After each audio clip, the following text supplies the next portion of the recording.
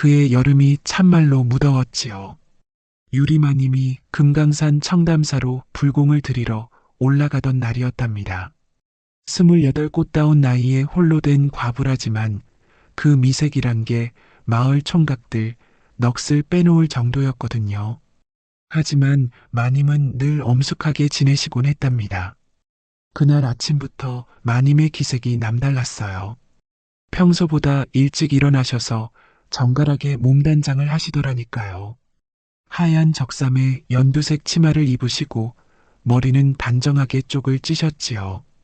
그 모습이 얼마나 단아하고 아름다웠는지 초매가 넋을 잃고 바라볼 정도였답니다.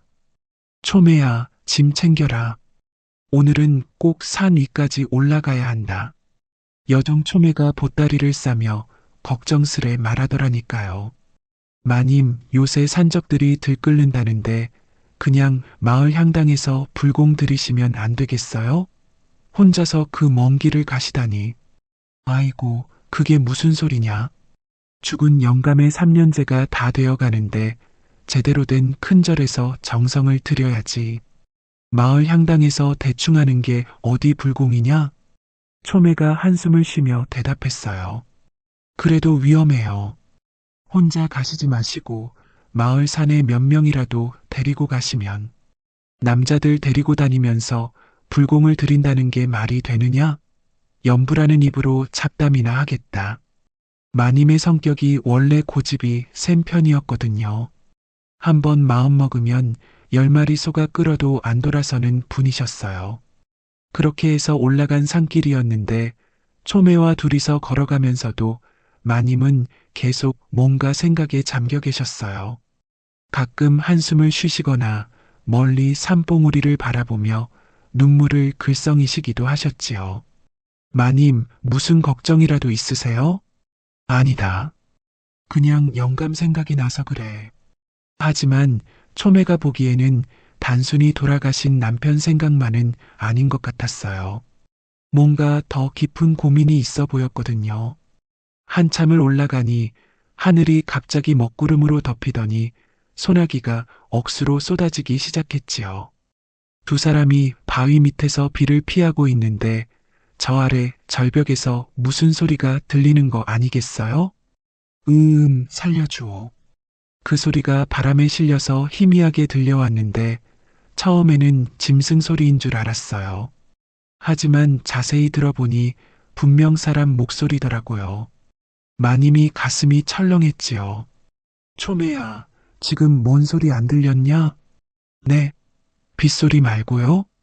아니다, 사람 소리 같은데. 다시 귀를 기울이니 또 들리더라니까요. 살려주오. 이번에는 초매도 들었어요.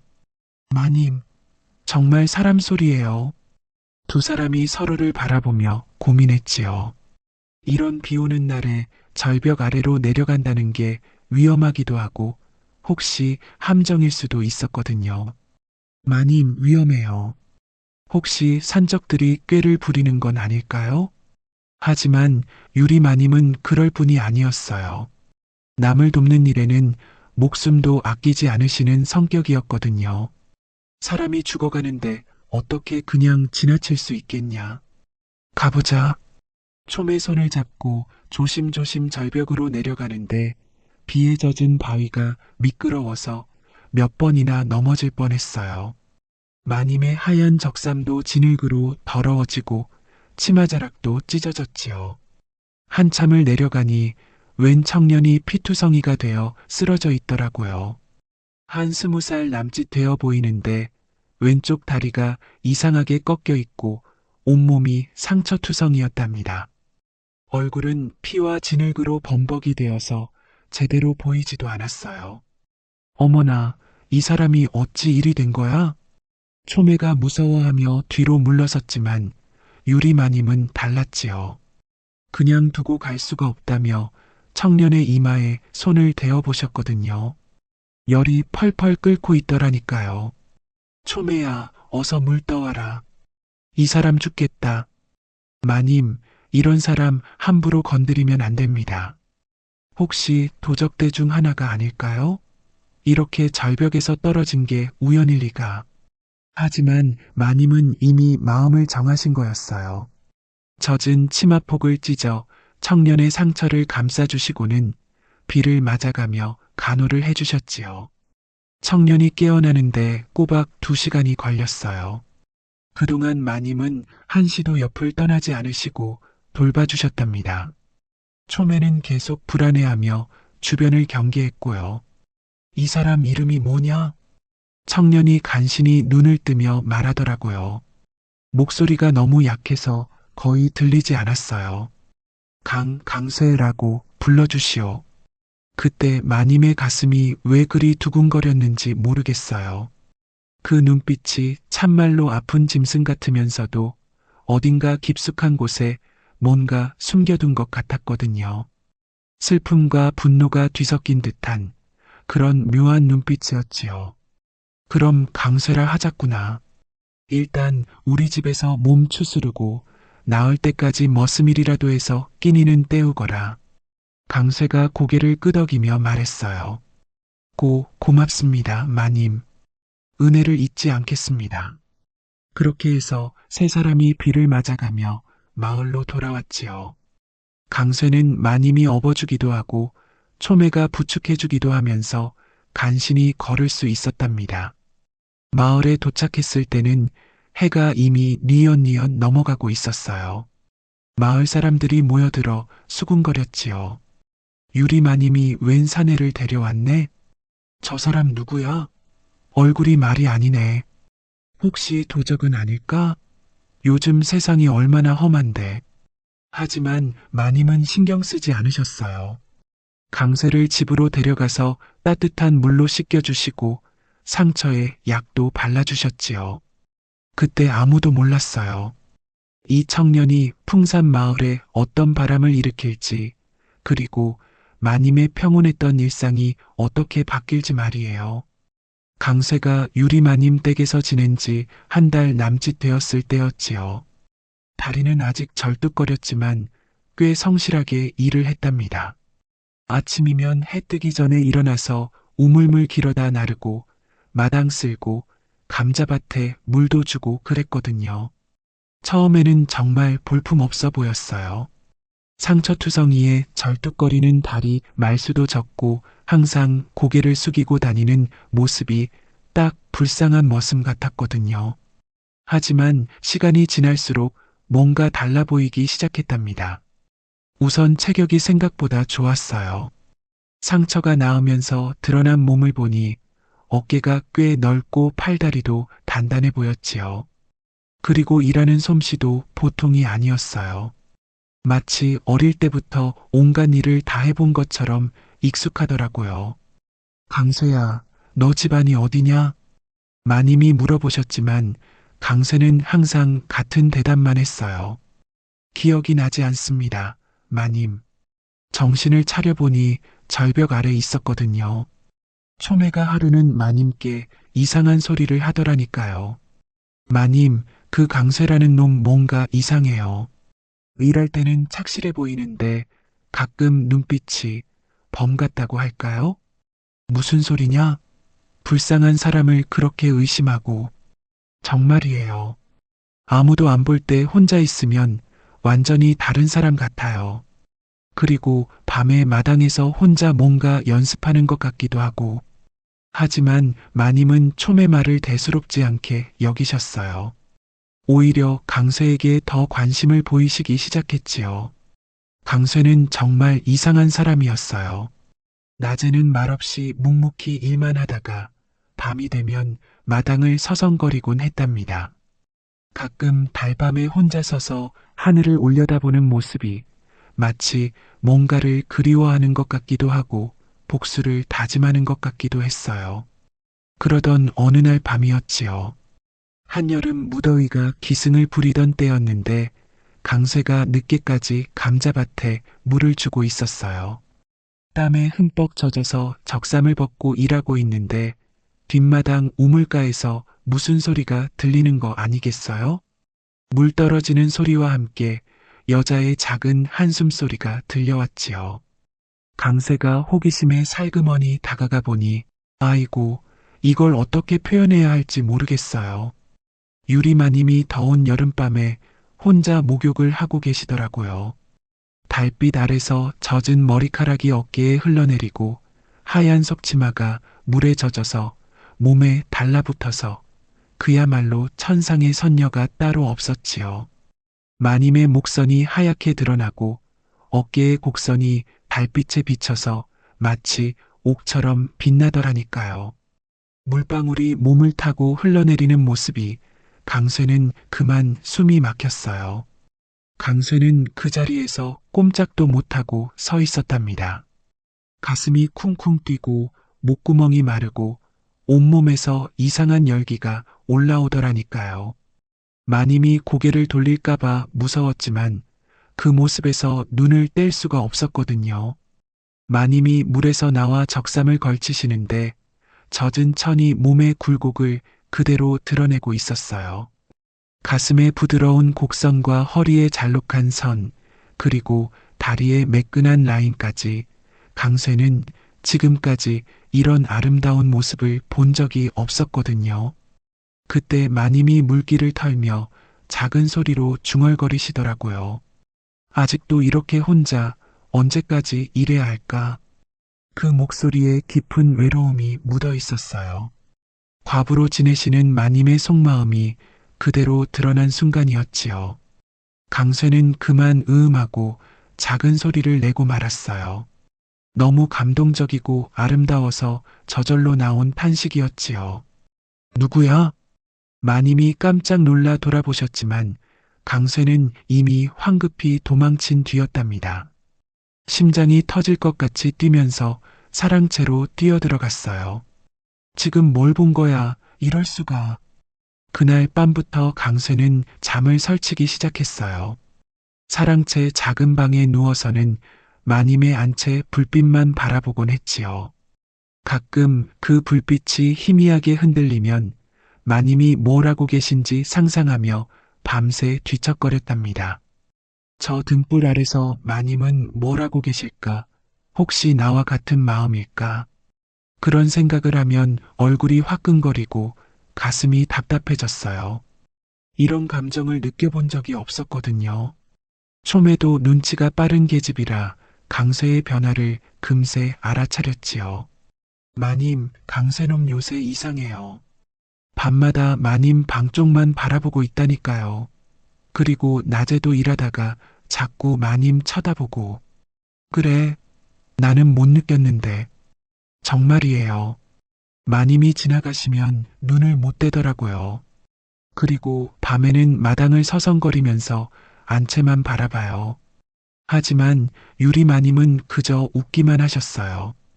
혹시 마님도 뭔가 느끼고 계셨던 걸까요? 그건 아무도 모를 일이었지요. 사실 마님도 요새 강쇠 때문에 마음이 어수선했어요. 처음에는 그저 불쌍해서 걷어들인 거였는데 시간이 지날수록 자꾸 신경이 쓰이더라니까요. 저 사람 눈빛이 참 깊어 보인다. 뭔가 사연이 있을 것 같은데. 그런 생각을 하다 보면 어느새 강쇠를 찾고 있는 자신을 발견하곤 했지요. 그 뒤로 며칠이 흘렀는데 유리 마님의 행동이 묘하게 달라지기 시작했지요. 전에는 밤이면 방문을 꼭꼭 닫고 지내셨는데 이상하게 문을 반쯤 열어두고 계시더라니까요. 마님, 문 닫고 주무세요. 밤 공기가 차가워요. 촘애가 걱정해서 말씀드려도 마님은 그냥 미소만 지으실 뿐이었어요. 괜찮다. 답답해서 그러는 거야. 바람이 들어와야 시원하지. 하지만 정말 이상한 건 마님의 잠옷이었지요. 전에는 두터운 겹치마를 입고 주무셨는데 요새는 속이 다 비치는 얇은 못이 속치마만 입고 계시더라고요. 그것도 하필 강쇠가 볼 수 있는 쪽으로 누워서 말이에요. 게다가 마님의 행동도 변했어요.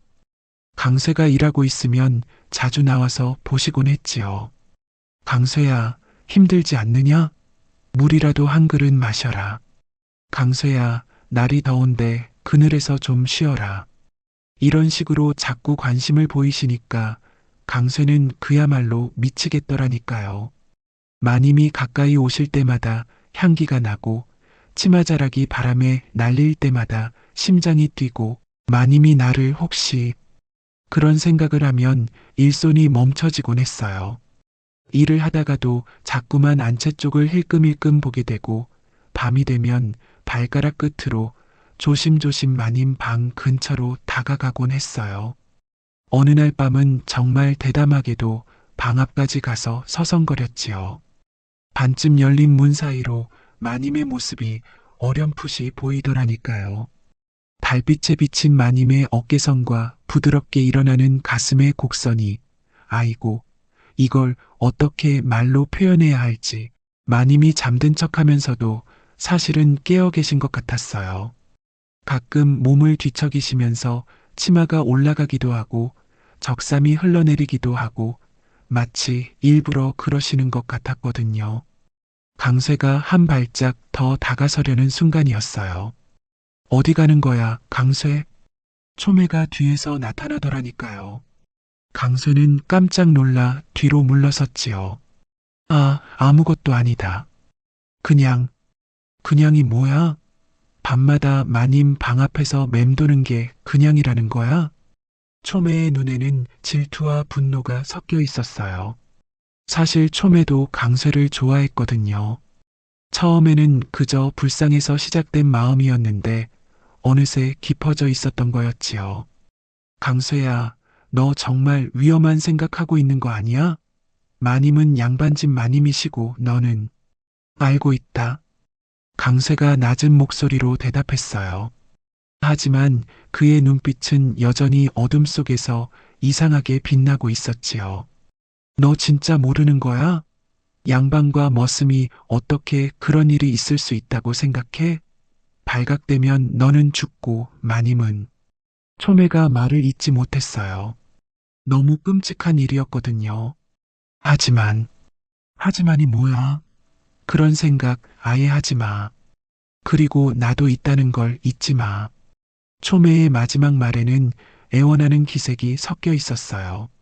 자신도 강쇠를 좋아한다는 뜻이었지요.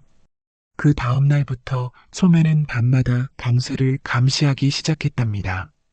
하지만 이상하게도 유리마님은 여전히 문을 열어두고 계셨어요. 마치 누군가 들어오기를 기다리는 것처럼 말이에요. 며칠 뒤에는 더 대담한 일이 벌어졌어요. 마님이 저녁 늦게 강쇠를 부르시더라니까요. 강쇠야, 이리 좀 와봐라. 강쇠가 조심스럽게 안채로 가니 마님이 방문 앞에 서 계시더라고요. 얇은 속치마 차림으로 말이에요. 뭔가 이상한 소리가 나는 것 같은데 들어봤느냐? 아니요, 마님. 무슨 소리요? 마당 어디선가 이상한 소리가. 좀 살펴봐 주겠느냐? 강쇠가 마당을 돌아다니며 살펴보는 동안 마님은 방문 앞에서 계속 지켜보고 계셨어요. 달빛에 비친 마님의 모습이 얼마나 아름다웠는지 별일 없는 것 같습니다, 마님. 그래, 그럼 들어와서 차나 한잔하고 가거라. 마님이 방 안으로 들어가시면서 강쇠를 부르시더라니까요. 강쇠는 어떻게 해야 할지 몰라서 망설였어요. 어서 들어와. 뭘 그렇게 서 있냐? 결국 강쇠가 방 안으로 들어갔는데 마님이 차를 따르시면서 말씀하시더라고요. 강쇠야, 너 우리 집에 온 지도 이제 2달이 다 되어 가는구나. 네, 마님. 은혜를 잊지 않겠습니다. 은혜가 무슨, 너 덕분에 집안일이 훨씬 수월해졌다. 오히려 내가 고맙지. 그러시면서 마님이 강쇠 옆으로 가까이 앉으시더라니까요. 향기가 코끝에 스며들어서 강쇠가 어찌할 바를 몰랐어요. 강쇠야, 혹시 나를 어떻게 생각하느냐? 마님의 그 질문에 강쇠는 머리가 하얘졌어요. 뭐라고 대답해야 할지 바로 그때 갑자기 초매가 방 밖에서 소리쳤어요. 마님, 큰일 났어요. 마님이 황급히 일어나시면서 강쇠에게 눈짓을 하셨어요.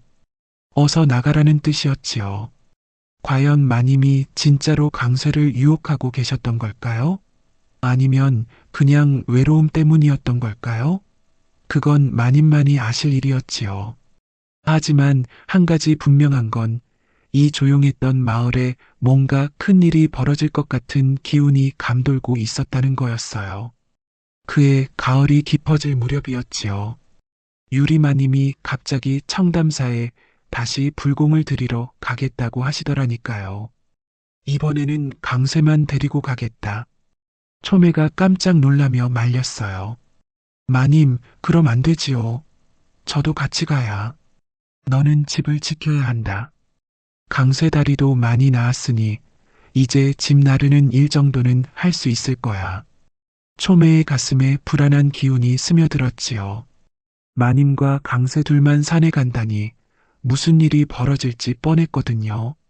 마님, 제발 저도 데려가 주세요. 혼자 두면 안 됩니다. 요새 산적들도 자주 나타난다는데. 걱정 마라. 강쇠가 있잖냐. 그리고 하룻밤만 자고 올 거야. 하지만 초매는 다른 걱정을 하고 있었어요. 산적보다도 더 무서운 게 있었거든요. 마님, 혹시 강쇠와 둘이 무슨 소리냐? 그런 생각하지 마라. 하지만 마님의 표정을 보니 뭔가 다른 속셈이 있는 것 같았어요. 평소보다 신경을 많이 쓰고 계시더라니까요. 머리도 예쁘게 빗으시고 좋은 옷도 골라 입으시고 마님, 정말 불공만 드리고 오시는 거죠? 물론이다. 다른 무슨 생각을 하겠냐? 하지만 마님의 마음은 이미 정해져 있었어요. 다음 날 아침 일찍 강쇠와 단둘이 청담사로 떠나셨지요. 초매는 두 사람이 떠나는 모습을 보면서 가슴이 먹먹했어요. 분명히 무슨 일이 벌어질 거야. 답답해. 산길을 올라가면서 강쇠는 계속 조심스러웠답니다.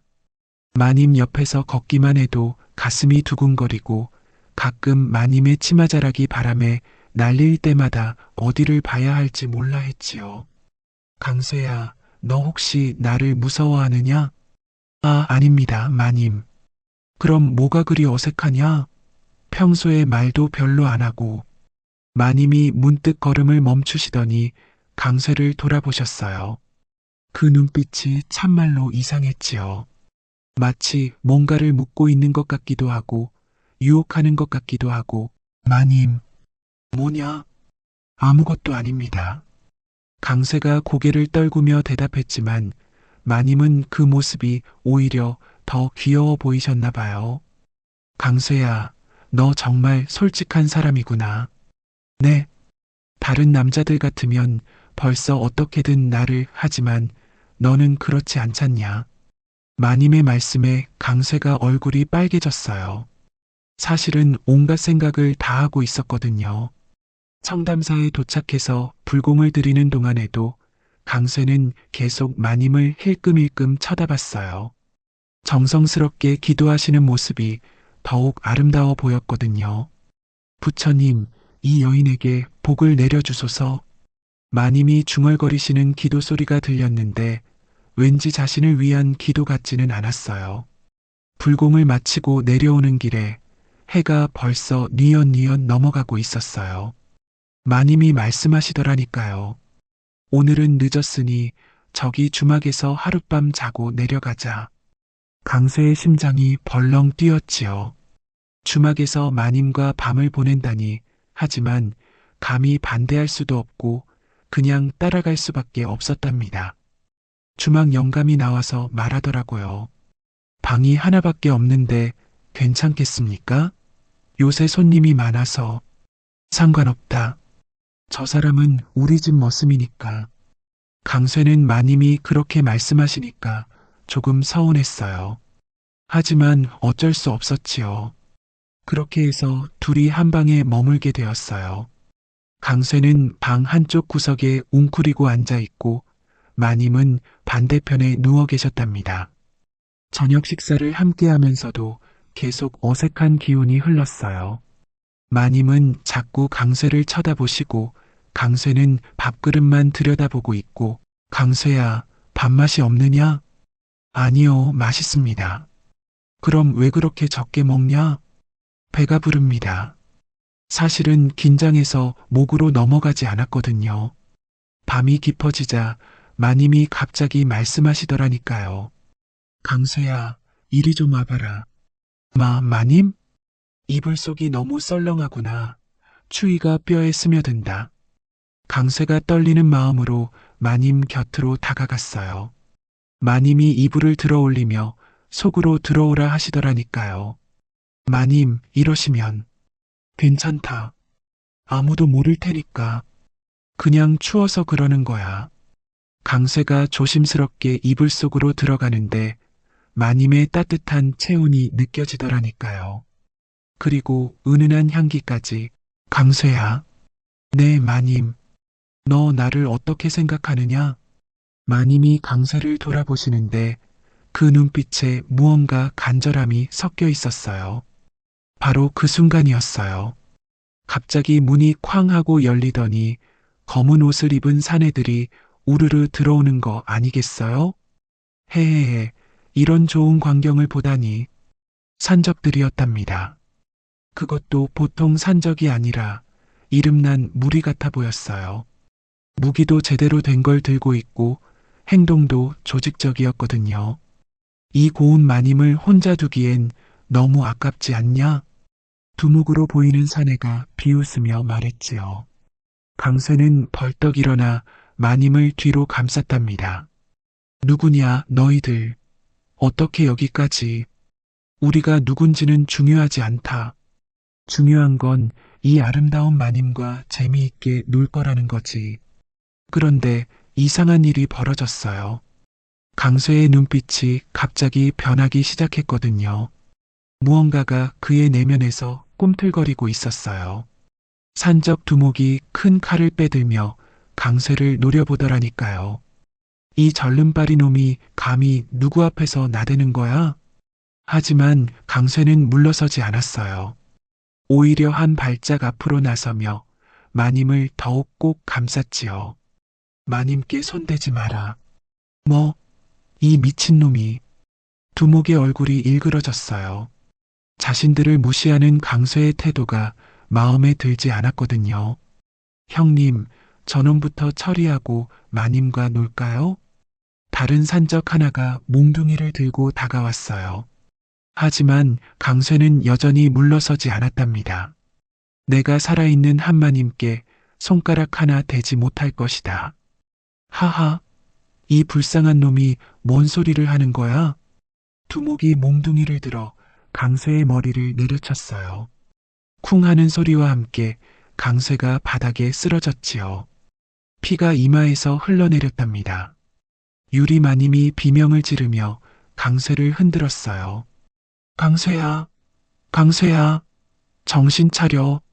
하지만 강쇠는 의식을 잃은 듯 꼼짝도 하지 않았지요. 산적들이 비웃으며 말하더라니까요. 이제 우리끼리 재밌게 놀아볼까? 마님도 남자가 그리웠을 텐데. 이 더러운 놈들아, 감히 누구에게. 마님이 저항하려 했지만 여자 혼자서는 역부족이었어요. 두목이 마님의 손목을 잡아 끌려는 순간이었어요. 갑자기 바닥에 쓰러져 있던 강쇠의 몸이 부르르 떨리기 시작했지요. 으악. 강쇠가 괴성을 지르며 벌떡 일어났어요. 그런데 그 모습이 전과 완전히 달랐답니다. 눈빛이 야수처럼 번뜩이고 온몸에서 살기가 뿜어져 나오더라니까요. 그 순간 강쇠의 머릿속에 잊고 있던 기억들이 홍수처럼 밀려들었어요. 아버지, 강만춘 장군님, 그리고 나는. 어린 시절의 기억들이 되살아났어요. 아버지로부터 무예를 배우던 시절, 칠성검법을 익혀가던 나날들, 그리고 아버지가 역적으로 몰려 죽임을 당하던 그 끔찍한 날. 나는 강무성, 칠검백사. 그래요, 강쇠는 사실 역적으로 몰린 충신 강만춘 장군의 외아들이었답니다. 어렸을 때부터 칠성검법을 익혀 칠검백사라는 별명으로 불렸던 무인이었거든요. 하지만 아버지가 역적으로 몰려 죽임을 당하고 자신도 쫓기는 몸이 되어 금강산으로 도망쳤다가 절벽에서 떨어져 기억을 잃었던 거였어요. 그동안 왜 기억하지 못했을까? 아버지, 용서하소서. 강쇠가 중얼거리며 일어서는데 산적들이 뭔가 이상한 기운을 느꼈는지 뒤로 물러서더라니까요. 이놈이 뭔가 이상하다. 아까와 완전히 다른 사람 같은데. 하지만 두목은 여전히 큰 소리쳤어요. 겁먹지 마라. 그냥 머리 좀 다친 미친놈일 뿐이야. 하나가 아니라 10놈이 와도 상관없어. 그때 강쇠가 천천히 고개를 들어 두목을 바라봤지요. 그 눈빛을 본 순간 두목의 얼굴이 새파랗게 질렸답니다. 그 눈빛은 완전히 다른 사람의 눈빛이었어요. 절뚝거리던 불쌍한 머슴이 아니라 무수한 생사를 경험한 무인의 눈빛이었거든요. 설마 너는 왜 내가 누군지 알겠느냐? 강쇠의 목소리가 완전히 바뀌어 있었어요. 전에는 소심하고 겁 많던 머슴이었는데 이제는 위험이 넘치는 무인의 목소리였지요. 혹시 칠검백사 강무성? 두목이 떨리는 목소리로 물었어요. 그 이름은 무림에서도 유명했거든요. 강쇠가 차가운 미소를 지으며 대답했지요. 이제야 알아보는구나. 강만춘 장군의 피를 잊었느냐? 그 순간 주막 안의 분위기가 완전히 바뀌었답니다. 사냥꾼과 사냥감의 위치가 바뀐 거였어요. 그럼 당신이 정말 그렇다. 나는 강무성이다. 그리고 너희들이 누구 심부름을 하고 있는지도 알고 있다. 산적들이 서로를 바라보며 당황했어요. 칠검백사는 이미 죽었다고 알려져 있었거든요. 윤명세 그놈의 심부름이지? 강만춘의 후손들을 모조리 없애라고 했을 테고. 두목이 더욱 떨었어요. 정말로 강무성이 맞다면 이들은 이미 죽은 목숨이나 다름없었거든요. 유리마님은 놀란 눈으로 강쇠를 바라보며 생각했지요. 내가 구한 사람이 이런 사람이었다니. 그럼 지금까지 거짓말을. 하지만 동시에 안도감도 들었어요. 이제 이 무서운 산적들로부터 구원받을 수 있을 것 같았거든요. 강쇠가 천천히 몸을 일으키는데 그 움직임 하나하나가 마치 춤을 추는 것 같았어요. 절뚝거리던 다리도 어느새 멀쩡해져 있더라니까요. 이럴 수가, 다리가 나았다? 산적 하나가 소리쳤지만 강쇠는 그저 냉소할 뿐이었어요. 원래 다친 게 아니었다. 기억을 잃으니 몸도 그렇게 된 것뿐이지. 그럼 지금까지 우리를 속인 거야? 속인 게 아니라 진짜 기억이 없었다. 하지만 이제 모든 게 돌아왔다. 강쇠의 몸에서 무언가 다른 기운이 흘러나오기 시작했어요. 전에는 구부정하고 초라해 보였는데 이제는 당당하고 위풍당당해 보였거든요.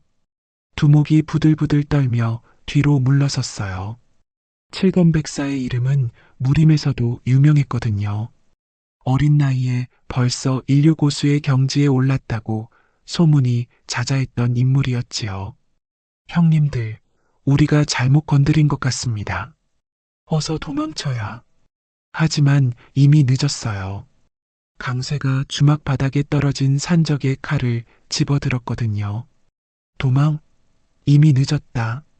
칼을 든 강쇠의 모습은 그야말로 야차 같았어요.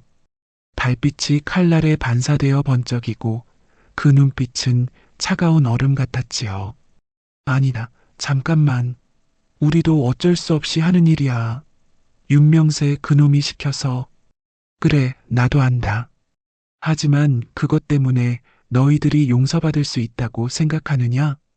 강쇠가 칼을 천천히 들어 올렸어요. 그 움직임이 마치 물 흐르는 것처럼 부드럽고 우아했지요. 마님, 눈을 감고 계십시오. 강쇠가 유리 마님께 조용히 말했어요. 마님은 겁에 질려 눈을 꼭 감았지요. 그 다음에 벌어진 일은 아이고, 참말로 말로 표현하기 어려워요.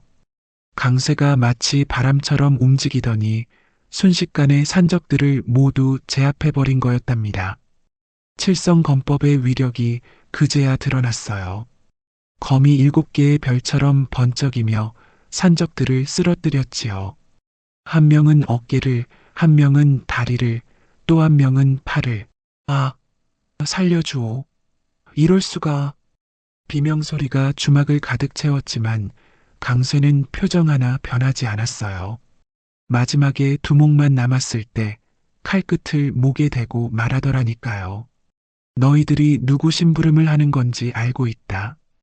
윤명세 그놈 말이지? 두목이 더욱 벌벌 떨었어요. 어떻게 아십니까? 강만춘의 후손들을 없애려고 혈안이 된 놈들이지. 내 아버지를 역적으로 몰아서 죽이고도 모자라서 아들까지 쫓아다니며 죽이려고 하는구나. 강쇠의 목소리에 깊은 분노가 담겨 있었어요. 하지만 이제 사냥감이 바뀌었다. 이제부터는 내가 사냥꾼이고 너희들이 사냥감이다. 제발, 제발 살려주십시오. 저희도 어쩔 수 없다고? 그럼 내 아버지는 어쩔 수 없이 죽어야 했고 나는 어쩔 수 없이 쫓겨다녀야 했단 말이냐? 강쇠가 칼을 거두며 말했어요. 오늘은 살려둔다. 하지만 돌아가서 전해라. 칠검백사가 돌아왔다고. 그리고 이제부터는 내가 사냥꾼이라고. 알겠습니다. 두목과 남은 산적들이 혼비백산에서 도망쳤지요. 다친 동료들을 부축하며 거의 기어가다시피 했답니다. 주막이 조용해지자 강쇠가 마님께 다가가서 말했어요. 마님, 이제 괜찮습니다. 유리마님이 눈을 뜨고 강쇠를 바라보는데 그 눈에 눈물이 왈칵 쏟아지더라니까요. 강쇠야, 아니 무성아. 마님께는 여전히 강쇠입니다. 마님이 강쇠를 꼭 끌어안았어요. 살아있다는 것만으로도 고마웠고 강쇠가 자신을 지켜준 것에 감격했거든요. 고맙다 강쇠야. 정말 고맙다. 내가 아니었다면 마님께서 저를 구해주셨으니 이제 제가 마님을 지키는 게 당연하지요. 하지만 강쇠의 마음은 이미 복잡해져 있었어요. 이제 기억이 돌아왔으니 자신이 해야 할 일들이 있었거든요. 복수를 해야 했고 아버지의 원수들을 찾아야 했어요. 하지만 동시에 이 따뜻한 마님 곁에 머물고 싶은 마음도 있었지요. 앞으로 어떻게 해야 할까? 복수를 해야 하지만 마님을 떠날 수는 없고 달빛 아래서 강쇠가 혼자 생각에 잠겼답니다. 이제 그는 단순한 머슴이 아니라 복수를 품은 무인이 되어 있었어요.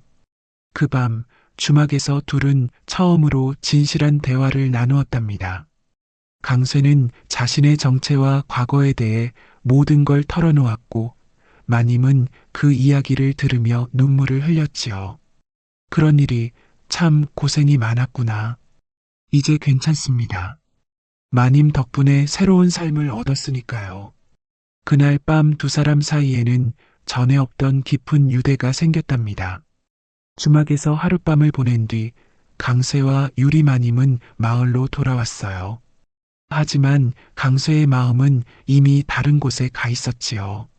마님, 제가 잠깐 떠나야 할 곳이 있습니다. 어디를 간다는 거냐? 금강산에 제 스승님이 계십니다. 뵙고 와야 할 일이 있어요. 유리마님의 가슴이 철렁 내려앉았지요. 강쇠가 떠날 것 같은 불안한 예감이 들었거든요. 언제 돌아올 거냐? 모르겠습니다. 하지만 반드시 돌아오겠습니다. 초매도 강쇠의 변화를 눈치챘어요. 예전의 소심한 머슴이 아니라 뭔가 위험한 기운을 풍기는 사람이 되어 있었거든요. 마님, 강쇠놈 뭔가 달라졌어요. 눈빛이 완전히 바뀌었다니까요.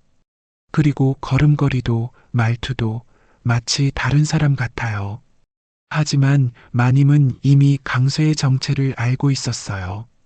그래서 더욱 불안했지요. 혹시 복수하러 가는 거 아닐까? 위험한 일에 휘말리면 어떡하지?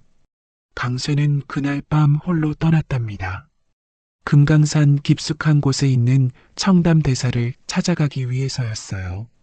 청담대사는 강쇠의 무예 스승이면서 아버지 강만춘 장군의 오랜 친구였거든요. 강쇠가 어렸을 때 무예를 가르쳐 주었고 나중에 쫓기는 몸이 되었을 때도 금강산에 숨겨주었던 분이었지요. 하루 종일 산길을 걸어서 암자에 도착한 강쇠는 스승님 앞에 무릎을 꿇고 큰 절을 올렸어요. 스승님, 청담대사는 이미 강쇠가 올 것을 알고 기다리고 있었답니다. 흰 수염이 길게 늘어진 노승이었는데 눈빛만은 매우 예리했어요. 기억이 돌아왔구나. 네, 스승님. 이제 복수를 해야 합니다. 아버지의 원수를 갚고 우리 집안의 누명을 벗겨야 해요. 하지만 청담대사가 고개를 저으시더라니까요. 아직 때가 아니다. 성급하게 움직이면 안 된다. 하지만 아버지의 원수를 무성아 검은 머리로 피를 멈추거라. 복수는 칼로만 하는 게 아니다. 스승님의 말씀에 강쇠가 고개를 갸우뚱했어요. 그럼 어떻게 하라는 말씀이신지. 때가 되면 하늘이 길을 열어줄 것이다. 지금은 힘을 기르고 기다려라. 그리고 내가 만난 그 여인, 유리라고 했나? 그 사람도 소중히 여겨라. 스승님께서 어떻게 다 알고 있다. 그 여인이 너를 구원했듯이 너도 그 여인에게는 구원이 될 것이다. 스승님의 말씀을 듣고 강쇠가 고민에 빠졌어요. 하지만 가만히 있을 수는 없었지요. 그럼 적어도 경고는 해야 하지 않겠습니까? 윤명세와 그 일당들에게 말이에요. 청담대사가 잠시 생각하시더니 말씀하셨어요. 그것도 좋은 방법이겠구나.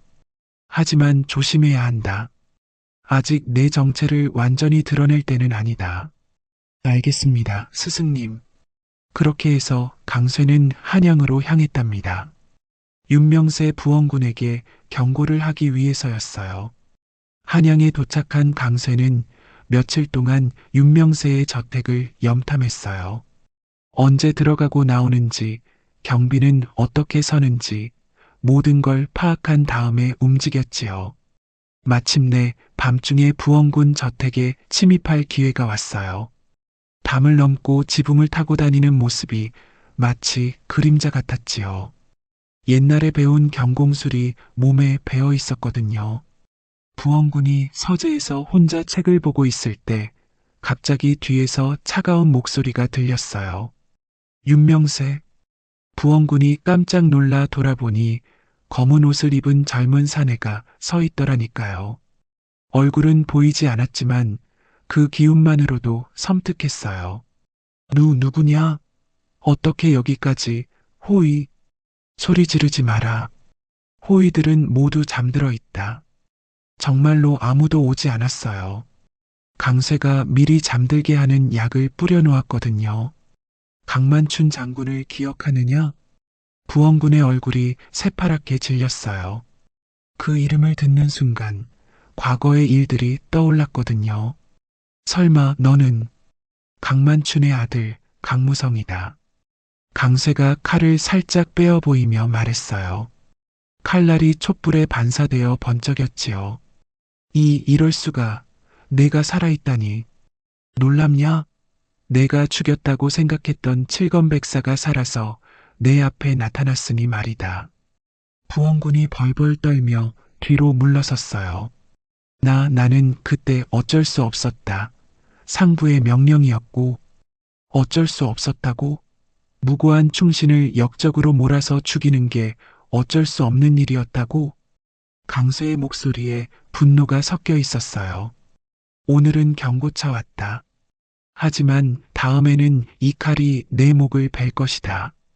그리고 내 아버지와 관련된 모든 진실을 밝혀낼 것이다. 제발 용서해달라. 내가 뭘 해주면.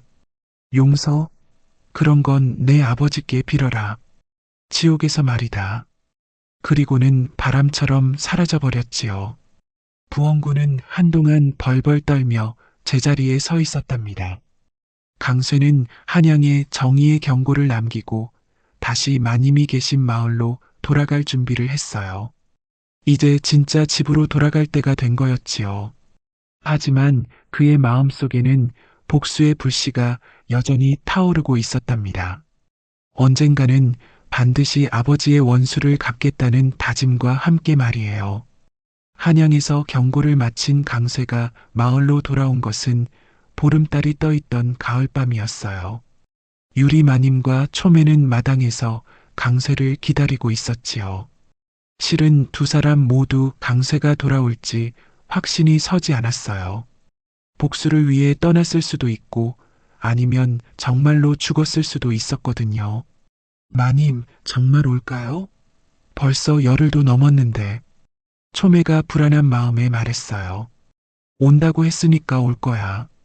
강쇠는 거짓말하는 사람이 아니야.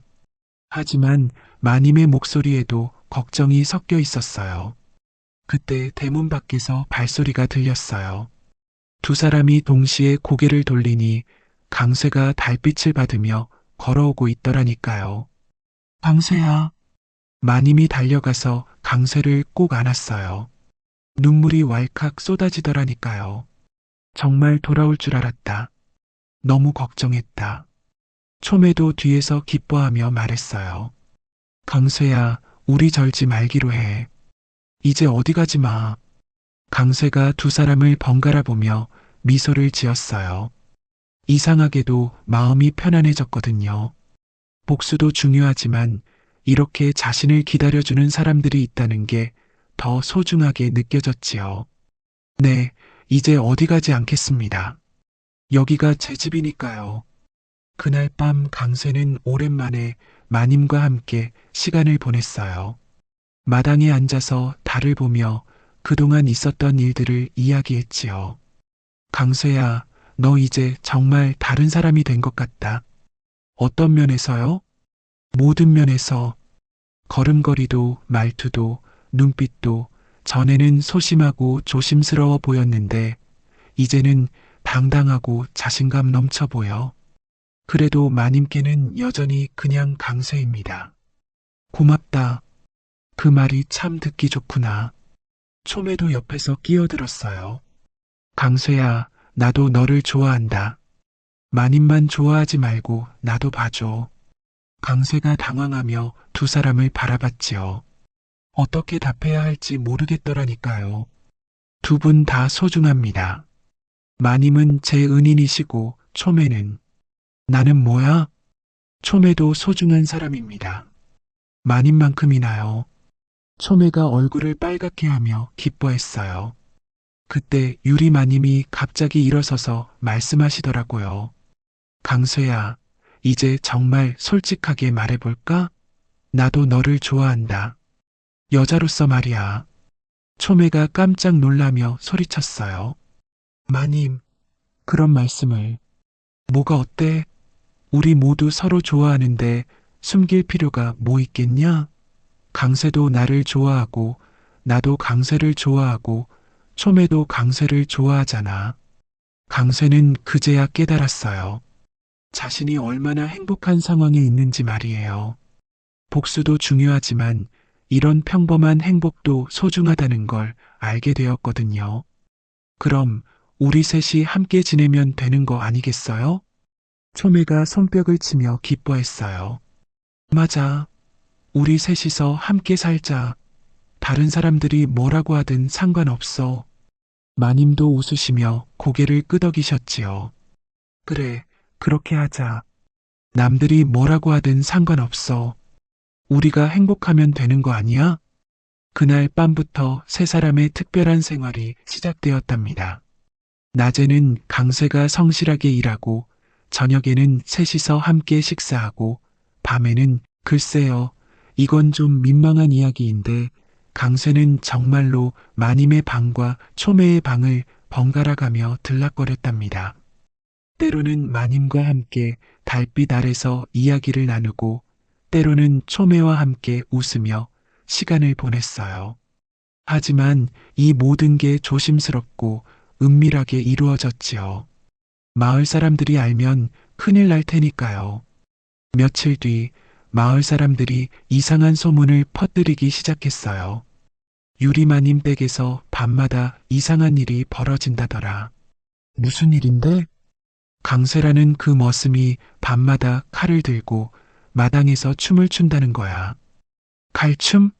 머슴 주제에? 그것도 보통 칼춤이 아니래. 달빛 아래서 추는 모습이 마치 신성 같다고. 정말로 강쇠는 밤마다 무예를 연마했어요. 잊어버렸던 칠성검법을 다시 익히기 위해서였지요. 그 모습이 마을 사람들에게는 신비롭게 보였던 거예요. 저 강쇠라는 사람, 대체 정체가 뭘까? 밤마다 칼을 들고 마당에서 춤을 춘다던데, 달빛 아래서 칼춤을 추는 모습이 마치 야차 같다더라. 그래서 마을 사람들은 강쇠를 달빛 아래의 야차라고 부르기 시작했답니다. 강쇠는 이런 소문을 들어도 신경 쓰지 않았어요. 오히려 좋았거든요. 자신의 정체를 숨기는데 도움이 되었으니까요. 낮에는 성실한 머슴으로 일하고 밤에는 무예를 연마하며 지냈어요. 언젠가는 다시 복수를 해야겠지만 지금 이 순간의 평화로운 행복도 소중히 여기고 싶었거든요. 유리마님과 초매, 그리고 강쇠. 이 세 사람의 특별한 동거는 그렇게 계속되었답니다. 서로를 아끼고 사랑하면서 세상의 시선 따위는 신경 쓰지 않고 살아갔어요. 그리고 달 밝은 밤이면 마당에서 칼춤을 추는 강쇠의 모습을 볼 수 있었지요. 마치 하늘에서 내려온 야차처럼 아름답고도 위험한 춤을 추면서 말이에요. 마님과 초매는 그런 강쇠를 바라보며 생각했어요. 우리가 구한 사람이 이런 특별한 사람이었다니 정말 운이 좋았구나.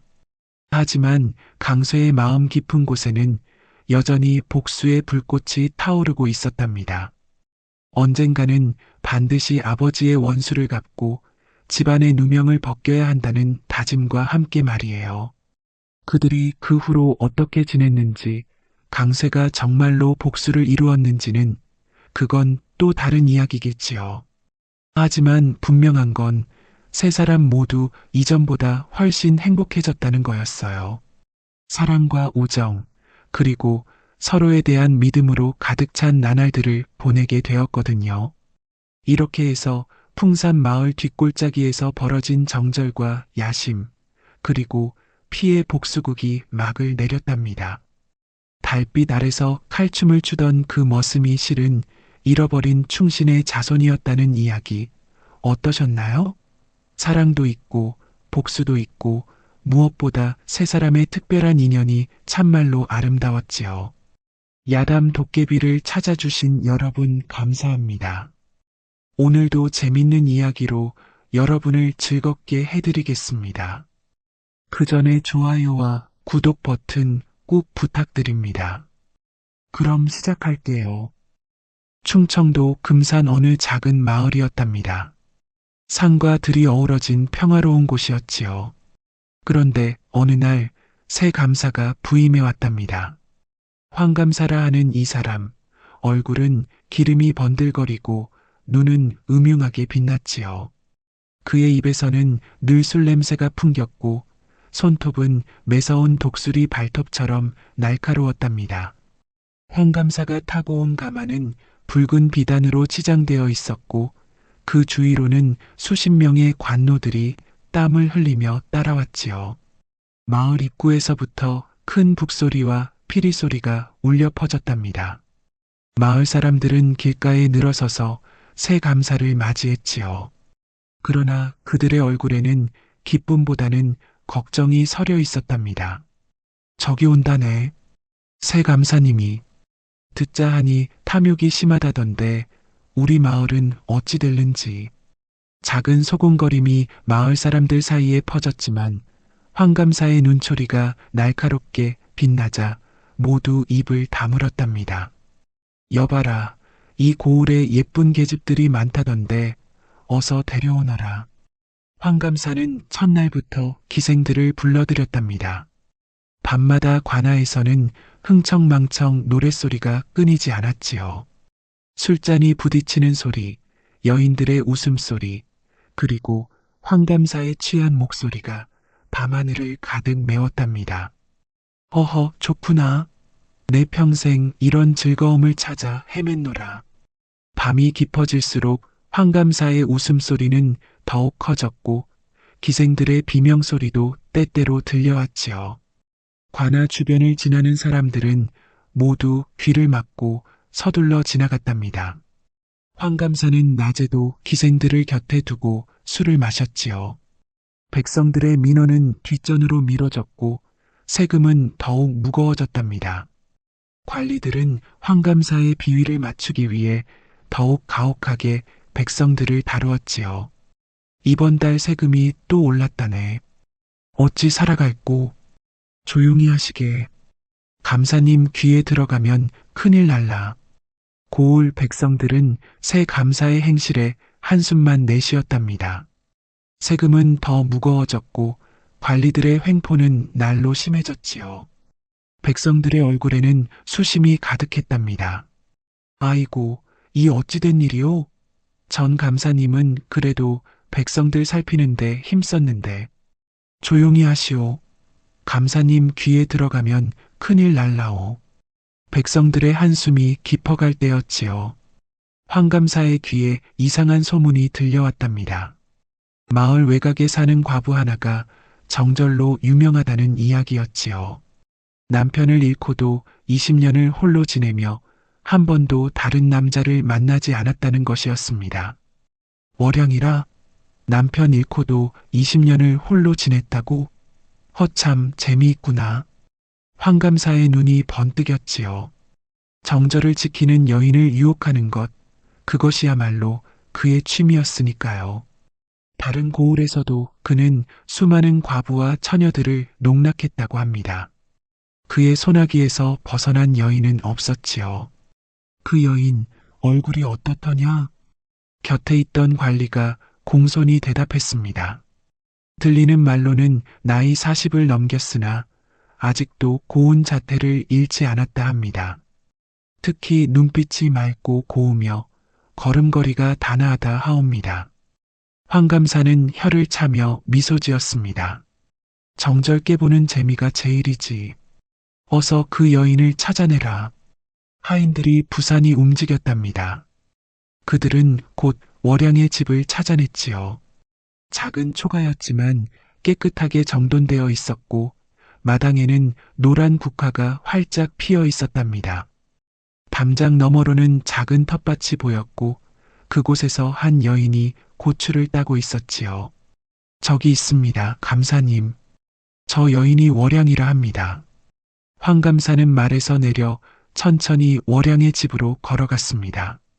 담장 너머로 그녀를 바라보던 그의 눈이 욕망으로 번들거렸지요. 다음 날 황감사는 정식으로 월양의 집으로 향했답니다. 소문대로 월양은 단아한 미모를 간직한 여인이었지요. 나이 40을 넘겼으나 여전히 맑은 눈빛과 고운 손길을 가진 여인이었답니다. 그녀는 황감사를 보자 공손히 절을 올렸지요. 감사님, 어인일로 이런 누추한 곳에 오셨사옵니까? 월양의 목소리는 맑고 부드러웠습니다. 그 소리를 들은 황감사의 심장이 빠르게 뛰었지요. 그는 침을 꿀꺽 삼키며 월양을 바라보았습니다. 과부 주제에 꽤나 몸가짐이 곱구나. 내 관사로 오라. 내게 줄 것이 있다. 월양은 고개를 숙인 채 대답했지요. 감사님, 저는 산골에 묻혀 사는 미천한 과부일 뿐입니다. 관사엔 갈 수 없사옵니다. 황감사는 이를 악물었지요. 이런 거절은 처음이었습니다. 평소 그는 눈짓 한 번으로 원하는 여인을 얻었기 때문이지요. 그러나 곧 웃음을 지었답니다. 좋다. 내 다시 찾아오마. 그날부터 황감사는 매일같이 월양의 집을 찾아왔답니다.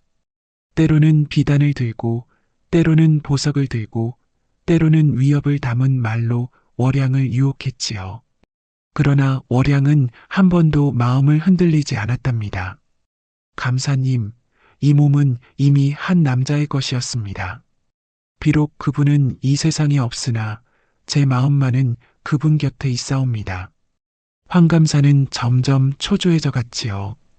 월양의 단호한 거절에 그의 욕망은 더욱 커져만 갔답니다. 그는 마을 사람들에게 월양에 대해 캐물었지요. 그 여인, 정말 남편이 있었던가? 네, 감사님.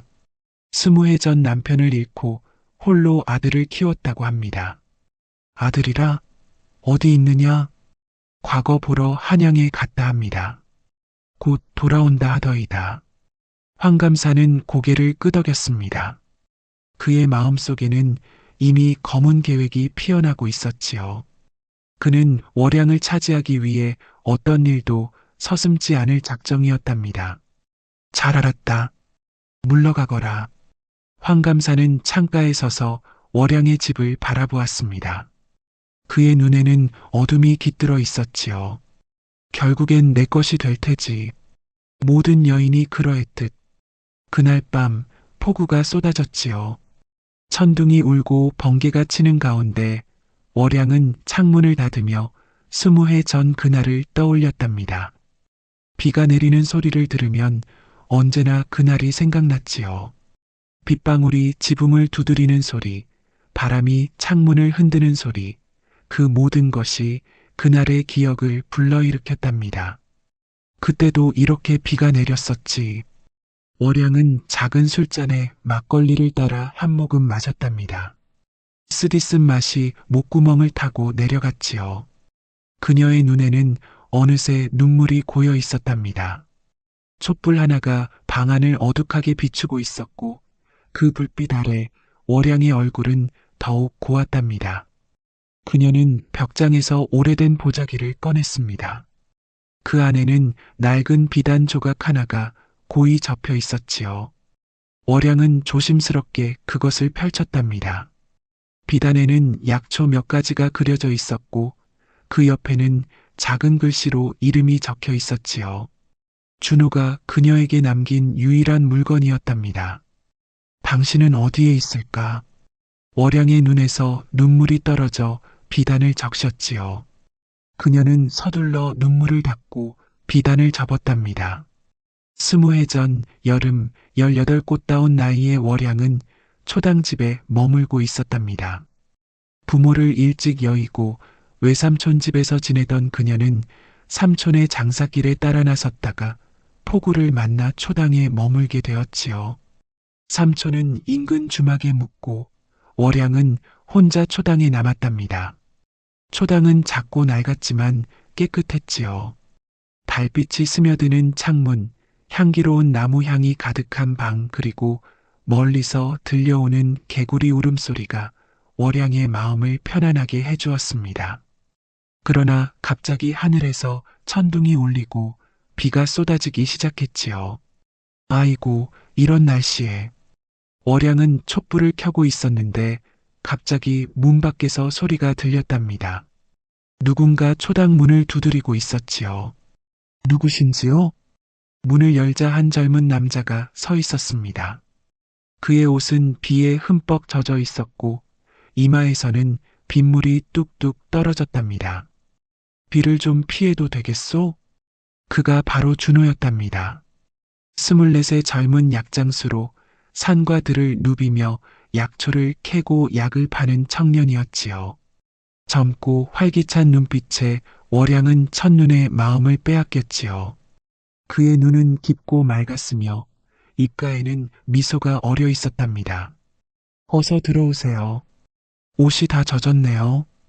월양은 얼른 수건을 가져와 준호에게 건넸습니다. 그들의 손이 스치는 순간 이상한 떨림이 월양의 가슴을 스쳤지요. 그녀는 황급히 고개를 돌렸답니다. 얼굴이 붉어지는 것을 느끼며 그녀는 급히 등을 돌렸지요. 고맙소. 갑자기 비가 쏟아져서 준호는 수건으로 머리를 닦으며 웃었습니다. 그의 웃음소리가 월양의 귓가에 맴돌았지요. 그 소리는 깊고 따뜻했으며 월양의 심장을 더욱 빠르게 뛰게 했답니다. 차라도 한 잔 드릴까요? 월양은 떨리는 손으로 차를 준비했습니다. 그녀의 손이 미세하게 떨리고 있었지요.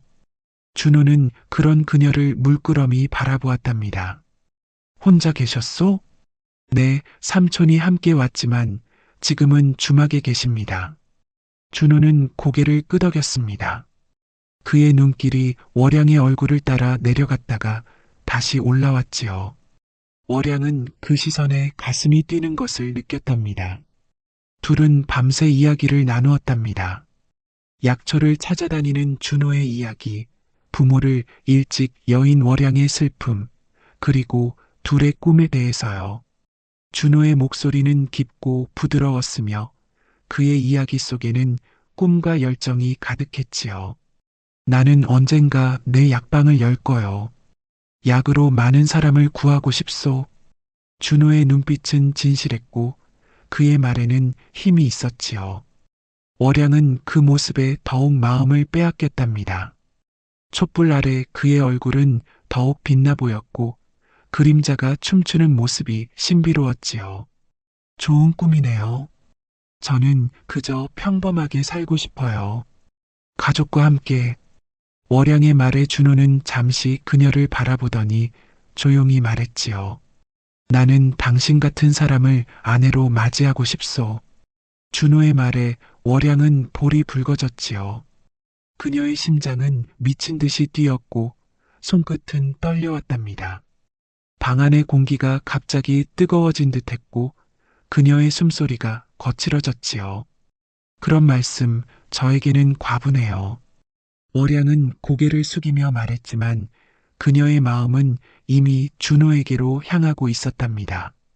창밖으로는 폭우가 계속 쏟아졌고 바람은 창문을 세차게 두드렸지요. 그러나 초당 안은 따뜻했고 두 사람의 마음은 점점 가까워지고 있었답니다. 준호는 천천히 손을 뻗어 월양의 얼굴을 어루만졌습니다. 그의 손길이 닿은 곳마다 월양의 피부는 불꽃처럼 타올랐지요. 이건 잘못된 일일까요? 월양의 떨리는 목소리에 준호는 그녀의 손을 꼭 잡았지요. 사랑하오. 내 반드시 당신을 찾아올 것이오. 그의 목소리는 떨리고 있었지만 눈빛만은 단호했지요. 월양은 그 눈빛에 모든 것을 내어주고 싶었답니다. 그녀의 마음은 이미 준호의 것이었으니까요. 그날 밤 두 사람의 마음은 하나가 되었지요. 빗소리에 섞인 그들의 숨소리, 떨리는 손길, 그리고 뜨거운 마음이 초당을 가득 채웠답니다. 준호의 손길이 월양의 몸을 감쌌고 그녀의 심장은 터질 듯이 뛰었지요. 건드려지는 살결마다 불꽃이 튀는 듯했고 월양은 그 순간 모든 것을 잊었답니다. 준호의 입술이 그녀의 이마에 닿았을 때 월양은 세상의 모든 소리가 멈추는 듯한 느낌이었습니다. 그의 손길은 부드러웠고 그의 숨결은 뜨거웠지요. 월양의 몸은 떨리고 있었지만 그녀의 마음은 확신으로 가득 차 있었답니다. 내 평생 당신만을 사랑하리다. 준호의 속삭임이 월양의 귓가에 맴돌았지요. 그들은 그렇게 하나가 되었답니다. 밤새도록 비가 내리는 소리와 함께 그들의 사랑은 깊어만 갔지요. 서로의 온기를 나누며 그들은 모든 것을 잊었답니다. 세상의 편견도 미래의 걱정도 그저 그 순간만이 존재했지요. 월양은 준호의 가슴에 귀를 대고 그의 심장 소리를 들었습니다. 그 소리는 그녀에게 가장 아름다운 음악이었지요. 준호는 월양의 머리카락을 쓰다듬으며 그녀를 바라보았습니다. 그의 눈에는 깊은 사랑이 담겨 있었지요. 당신을 만난 것은 하늘의 축복이요. 준호의 말에 월양은 미소 지었습니다. 그녀의 눈에는 행복의 눈물이 고여 있었지요. 다음 날 아침 비가 그치고 해가 떠올랐을 때 준호는 월양에게 약속했지요. 한 달 후면 돌아오리다. 내 약초를 더 캐고 약방을 열 준비를 하고 돌아와 당신을 아내로 맞이하리다. 월양은 눈물을 머금고 준호를 배웅했지요. 그녀의 마음은 이미 그와 함께 떠나고 있었지만 몸은 그 자리에 남아 있었답니다. 꼭 돌아오세요. 제가 기다리겠습니다. 준호는 월양의 손을 꼭 잡고 마지막 키스를 나누었습니다. 그리고 그는 길을 떠났지요. 월양은 그가 보이지 않을 때까지 서서 바라보았답니다. 그녀의 눈에서는 눈물이 흘러내렸지만 입가에는 미소가 어려 있었지요. 한 달을 기다렸습니다. 그러나 준호는 돌아오지 않았습니다. 2달이 지나고 3달이 지나도 그는 나타나지 않았지요. 월양은 매일 초당으로 나가 길을 바라보았지만 준호의 모습은 보이지 않았답니다. 그러던 어느 날 월양은 자신의 배가 부풀어 오른 것을 알게 되었답니다. 그녀는 준호의 아이를 가진 것이었지요. 처음에는 두려움이 밀려왔지만 곧 그것은 기쁨으로 바뀌었답니다.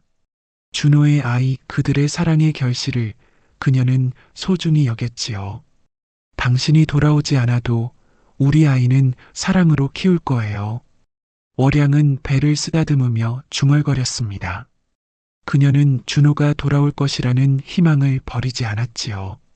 그러나 시간이 흐를수록 그 희망은 점점 희미해져 갔답니다. 돌아오지 않는 이를 원망하진 않았지.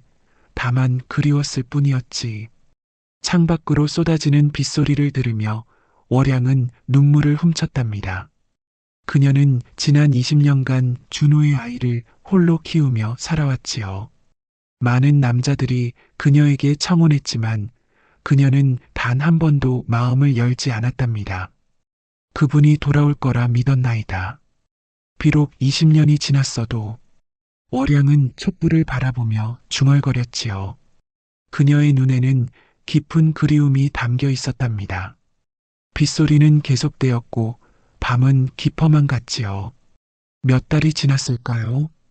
여름이 지나고 가을이 깊어가던 어느 날이었지요. 단풍이 물들기 시작한 나무들 사이로 시원한 바람이 불어왔답니다. 월양은 장터에 나가 겨울을 대비한 물건들을 사려 했지요. 장터는 사람들로 북적였습니다. 장사꾼들의 외침, 흥정하는 소리, 아이들의 웃음소리가 뒤섞여 시끌벅적했지요. 월양은 천천히 장터를 돌아다니며 필요한 것들을 골랐답니다.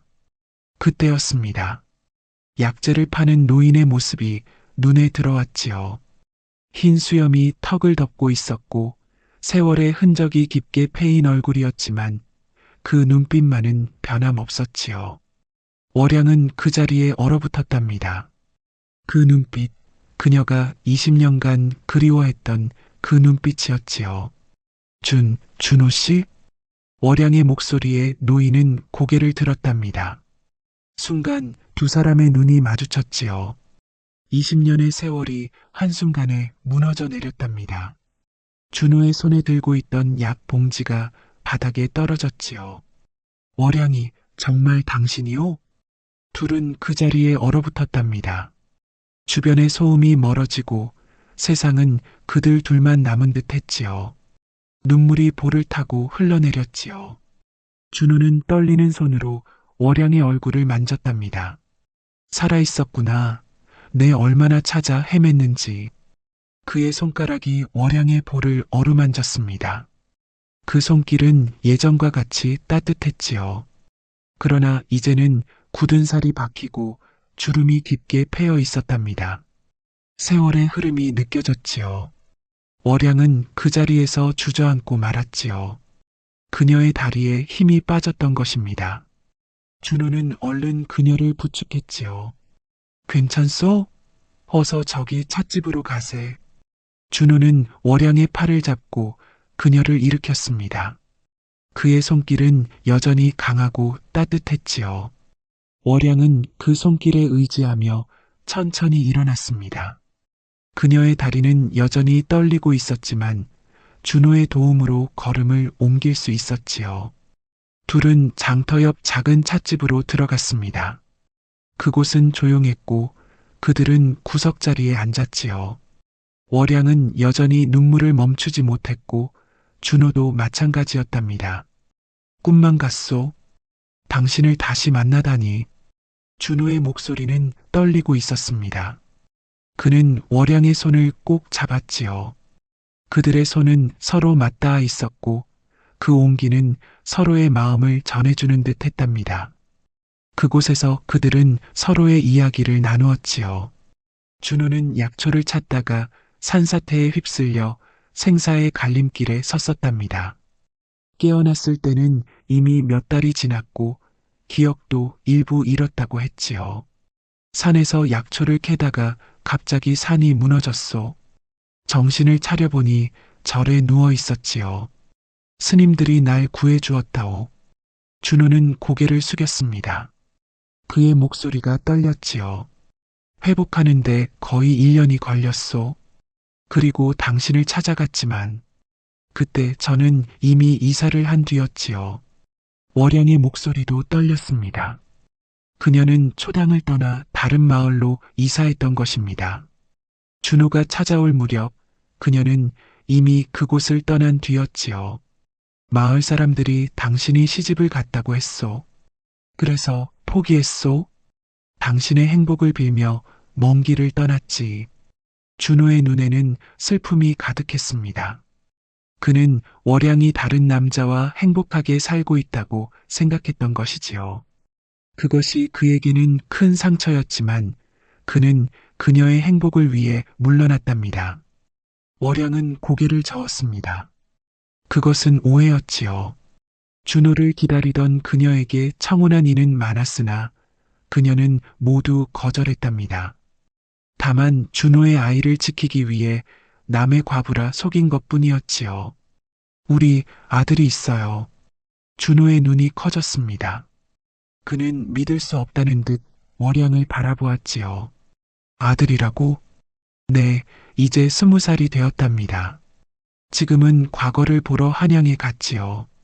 준호의 눈에서 눈물이 흘러내렸습니다. 아들이라니, 자신의 핏줄이라니, 그는 가슴을 치며 울었지요. 이름이 뭐요? 준호라고 지었어요. 당신을 닮았으면 해서. 준호는 더 이상 말을 잇지 못했습니다. 그의 어깨가 흔들렸지요. 월양도 눈물을 멈추지 못했답니다.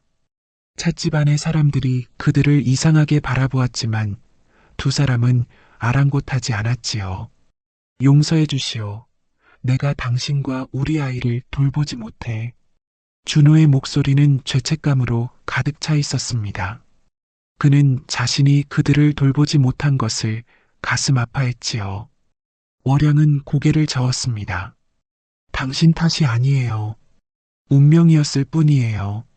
월양의 말에 준호는 고개를 들었습니다. 그의 눈에는 이제 결연한 의지가 담겨 있었지요. 이제라도 함께할 수 있을까? 준호의 떨리는 질문에 월양은 고개를 끄덕였습니다. 그들은 손을 맞잡았지요. 20년의 세월이 한순간에 무너져 내렸습니다. 함께해요. 이제는 영원히. 두 사람의 재회는 달콤했지만 그 행복은 오래가지 못했답니다. 어느 날 장터에서 둘이 함께 있는 모습을 황감사의 부하가 보았지요. 황감사는 크게 노했답니다. 감히 그 계집이 다른 남자와 용서할 수 없다. 황감사의 눈에는 질투의 불꽃이 타올랐지요. 그는 준호를 불러들이라 명했습니다. 그의 마음속에는 어둠이 가득했고 그 어둠은 월양과 준호의 행복을 짓밟으려 했답니다. 그 약장수를 당장 내 앞에 끌어오라. 다음 날 관아에서는 북소리가 울려 퍼졌답니다. 황감사는 재판을 열었고 준호는 그 앞에 끌려왔지요. 그의 양팔은 관노들이 붙잡고 있었고 얼굴에는 상처가 나 있었답니다. 어젯밤 심한 고문을 당한 흔적이었지요. 내 놈이 약장수 준호인가? 황감사는 높은 자리에 앉아 준호를 내려다보았습니다. 그의 눈에는 증오가 가득했지요. 준호는 당당히 고개를 들고 대답했습니다. 그렇소이다. 무슨 일로 저를 부르셨소이까? 황감사는 비웃었습니다. 그의 입가에는 잔인한 미소가 맴돌았지요. 내 놈이 다른 마을에서 훔친 약재를 여기서 판다는 소문이 있다. 준호는 눈을 크게 떴습니다. 그것은 완전한 거짓이었지요. 그런 적 없습니다. 제가 직접 산에서 캐고 정당하게 구한 약재뿐입니다. 황감사는 손을 휘둘렀습니다. 그 순간 준호의 뺨을 후려치는 소리가 관아에 울려 퍼졌지요. 감히 거짓을 말하느냐? 증인이 있다. 내 놈을 본 자들이 있어. 황감사는 미리 준비한 거짓 증인들을 내세웠습니다. 그들은 모두 황감사의 협박에 못 이겨 거짓 증언을 하게 된 것이지요. 준호는 억울함에 몸을 떨었지만 황감사는 이미 마음을 정한 듯 했지요. 이자를 감옥에 가두라. 며칠 후 다시 신문하겠다. 준호는 그렇게 감옥에 갇혔습니다. 차가운 돌바닥에 누워 그는 월양을 생각했지요. 겨우 찾은 사랑인데 이렇게 끝날 것인가. 그의 마음은 절망으로 가득 찼답니다. 소식을 들은 월양은 황급히 관아로 달려갔습니다. 그녀는 황감사를 만나 준호의 무죄를 호소했지요. 흙투성이가 된 치마에 흐트러진 머리, 그 모습은 처절했지만 그녀의 눈빛만은 단호했답니다. 감사님, 그분은 결백합니다. 어찌 증거도 없이 이런 일을. 황감사는 의자에서 일어나 천천히 월양에게 다가왔습니다. 그의 눈빛은 승리에 취한 듯 번들거렸지요. 증거, 내가 바로 증거다. 내 말이 곧 법이니라. 월양은 무릎을 꿇고 빌었습니다. 그녀의 자존심은 산산이 부서졌지만 준호를 구하기 위해서라면 무엇이든 할 수 있었지요. 눈물이 그녀의 볼을 타고 흘러내렸답니다. 제발 저 사람은 죄가 없습니다. 풀어주십시오. 황감사는 월양의 어깨를 잡아 일으켰습니다. 그의 손길은 뱀처럼 차갑고 비열했지요. 월양은 그 손길에 몸을 떨었지만 준호를 생각하며 견뎠답니다. 좋다. 내 조건이 있다. 황감사의 목소리가 낮게 깔렸습니다. 그는 월양의 귓가에 속삭였지요. 하룻밤만 나와 보내거라. 그러면 저 사내를 풀어주마. 월양은 그 자리에서 얼어붙었습니다. 황감사의 말은 번개처럼 그녀의 가슴을 찔렀지요. 그녀는 숨을 쉴 수 없을 만큼 충격을 받았답니다. 온몸이 떨리고 머릿속이 하얘졌지요. 어찌. 황감사는 비웃었습니다. 그의 눈에는 잔인한 승리의 기쁨이 번뜩였지요. 어떻게? 간단하지. 내 몸과 그자의 목숨을 바꾸는 거다. 내가 평생 지켜온 정절과 그자의 목숨, 어느 것이 더 소중한가? 월양은 황급히 관아를 빠져나왔습니다. 그녀의 걸음은 비틀거렸고 눈앞은 어지러웠지요. 거리를 지나는 사람들이 그녀를 이상하게 바라보았지만 월양은 아무것도 보이지 않았답니다. 그저 황감사의 말이 귓가에 맴돌 뿐이었지요. 집으로 돌아온 월양은 밤새 눈물을 흘렸답니다. 그녀의 마음은 찢어질 듯 아팠지요. 준호를 구하기 위해서는 자신의 정절을 버려야 했지요. 20년을 지켜온 순결, 그리고 준호에 대한 사랑을 저버려야 했습니다. 이것이 운명인가요? 월양은 밤새 고민했습니다. 촛불 앞에 앉아 그녀는 자신의 삶을 돌아보았지요. 준호와의 첫 만남, 그와 나눈 사랑, 아들을 홀로 키운 세월, 그리고 마침내 찾아온 재회. 그 모든 것이 이렇게 끝날 것인가? 그녀의 가슴은 터질 듯이 아팠답니다. 이대로 준호를 감옥에 두면 그는 결국. 월양은 떨리는 손으로 눈물을 닦았습니다. 그리고 결심했지요. 준호의 목숨을 구하기 위해 그녀는 자신을 희생하기로 했답니다. 그것은 그녀가 할 수 있는 유일한 선택이었지요. 그날 밤 월양은 조용히 일어나 옷을 갈아입었습니다. 평소에 입지 않던 비단 옷을 꺼내 입고 머리를 곱게 빗었지요. 그녀의 손은 여전히 떨리고 있었지만 눈빛만은 단단했답니다. 준호 씨, 용서하세요. 월양은 황감사의 관사로 향했답니다. 그녀의 발걸음은 무거웠고 마음은 이미 죽은 듯 했지요. 하늘에는 구름이 잔뜩 끼어 달빛조차 보이지 않았습니다. 마치 세상이 그녀의 슬픔에 함께 울고 있는 듯 했지요. 관아의 문을 두드리자 하인이 그녀를 안으로 안내했지요. 황감사는 호화로운 방에서 그녀를 기다리고 있었답니다. 방 안에는 비단이 깔려 있었고 향내가 가득했지요. 그러나 월양의 눈에는 그 모든 것이 지옥처럼 보였답니다. 황감사는 월양을 보자 자리에서 일어났습니다. 그의 눈에는 승리의 기쁨이 넘쳐났지요. 드디어 왔구나. 내 오랫동안 기다렸다. 월양은 고개를 숙인 채 대답했습니다. 그녀의 목소리는 떨리고 있었지요. 약속하셨지요. 하룻밤 후에는 준호를 풀어주신다고. 황감사는 웃으며 고개를 끄덕였지요. 그의 웃음소리는 차갑고 잔인했습니다. 그래, 약속한 대로 하마. 자, 이리 오거라. 월양은 천천히 방 안으로 들어갔습니다. 그녀의 마음은 이미 멀리 달아나 있었지요. 준호와 함께했던 그 초당에서의 밤, 그때의 행복한 기억만을 붙잡으며 그녀는 황감사에게 다가갔답니다. 관사의 문이 닫히고 월양의 눈에서는 눈물이 흘러내렸지요. 그날 밤 그녀는 모든 것을 잃었습니다. 그녀의 자존심, 그녀의 정절, 그리고 그녀의 영혼까지. 밤이 깊어갈수록 황감사의 욕망은 더욱 커져갔지요.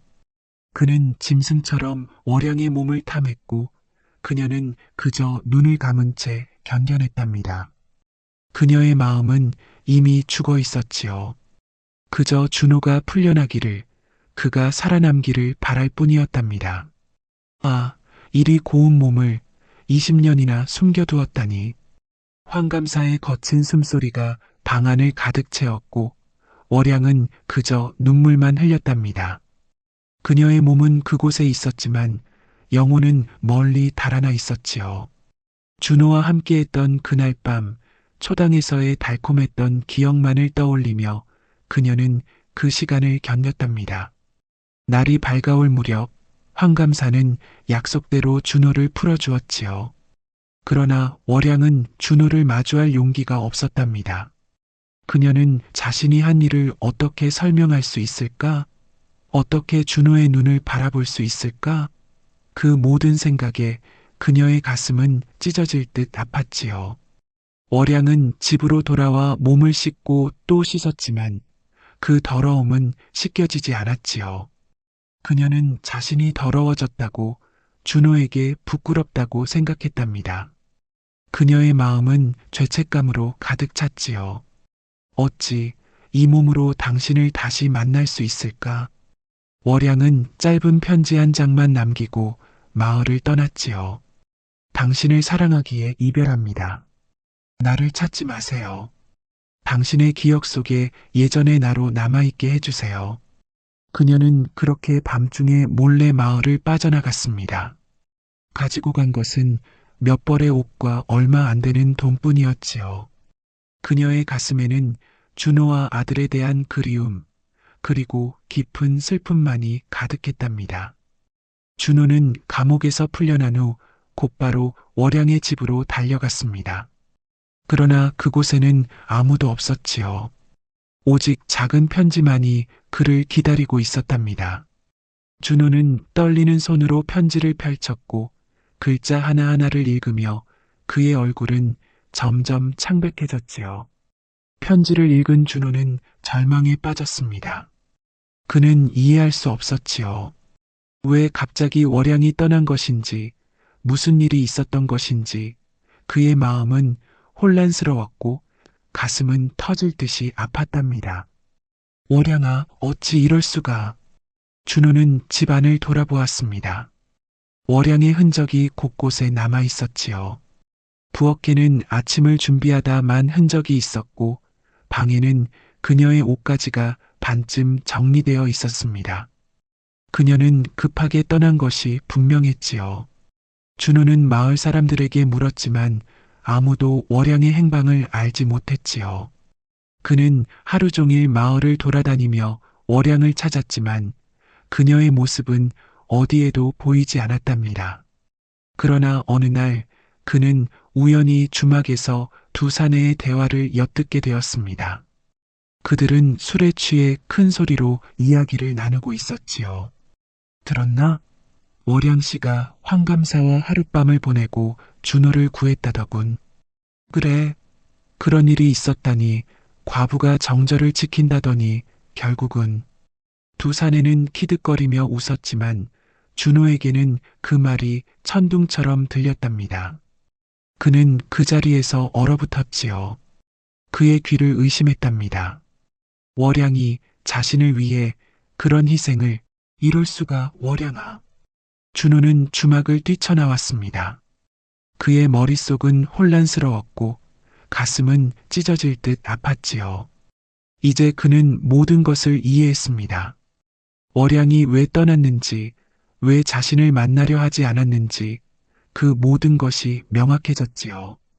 월양아, 어찌 그런 희생을. 준호는 분노와 슬픔에 몸을 떨었습니다. 그는 곧바로 황감사를 찾아갔지요.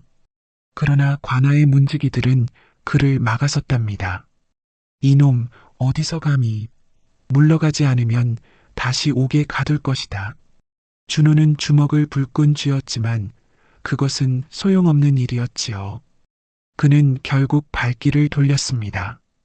그러나 그의 마음은 이미 결심이 섰지요. 그는 월양을 찾아 나설 것이었습니다.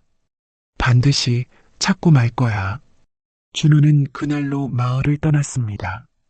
그는 자신의 약방도 재산도 모두 버리고 오직 월양을 찾기 위해 길을 나섰지요. 그는 근처 마을부터 시작해 점점 더 먼 곳으로 발길을 옮겼답니다. 준호는 산을 넘고 강을 건너 발바닥이 터지고 굶주림에 시달리면서도 포기하지 않았답니다. 그는 전국을 떠돌며 월양의 흔적을 찾았지요. 그가 지나는 마을마다 그는 월양의 이야기를 들려주었고 그녀를 본 사람이 있는지 물었답니다. 키가 조금 작고 눈빛이 맑은 여인입니다. 나이는 40이 조금 넘었고 얼굴은 둥근 편이지요. 혹시 보신 적 있으십니까? 하지만 대부분의 대답은 고개를 젓는 것뿐이었지요. 월양은 마치 이 세상에서 사라진 것처럼 흔적이 없었답니다. 준호는 점점 지쳐갔지만 그래도 포기하지 않았지요. 살아있다면 반드시 찾고 말 테다. 세월이 흘러 겨울이 왔고 봄이 오고 다시 여름이 왔지요. 준호의 머리카락은 더욱 휘어졌고 얼굴에는 주름이 깊게 패였습니다.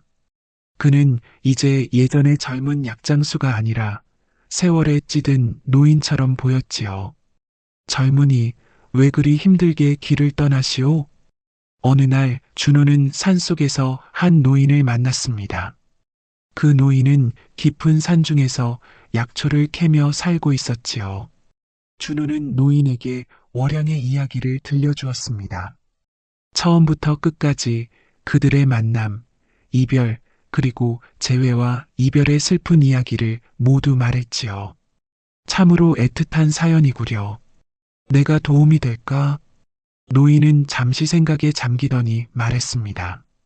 몇 달 전 강원도 어느 암자의 한 여인이 의탁했다는 소문을 들었소. 그 여인의 모습이 당신이 말한 월양과 비슷하오. 매일 새벽에 일어나 부처님 앞에서 눈물로 기도를 한다 하더군. 준호의 눈이 번쩍 빛났습니다. 오랜 시간 동안 처음으로 찾은 단서였지요. 어느 암자입니까? 제발 알려주십시오. 노인은 암자의 위치를 자세히 알려주었고 준호는 곧바로 길을 떠났습니다. 그의 발걸음은 가벼웠지요. 드디어 월양을 찾을 수 있을 것이라는 희망이 그의 가슴을 채웠답니다. 기다려요, 월양. 이제 곧 만날 수 있어요. 준호는 며칠 동안 쉬지 않고 걸었습니다. 때로는 비를 맞으며 때로는 뜨거운 햇볕 아래에서 그는 오직 월양을 생각하며 걸음을 옮겼지요. 그의 마음은 설렘과 두려움이 뒤섞여 있었답니다.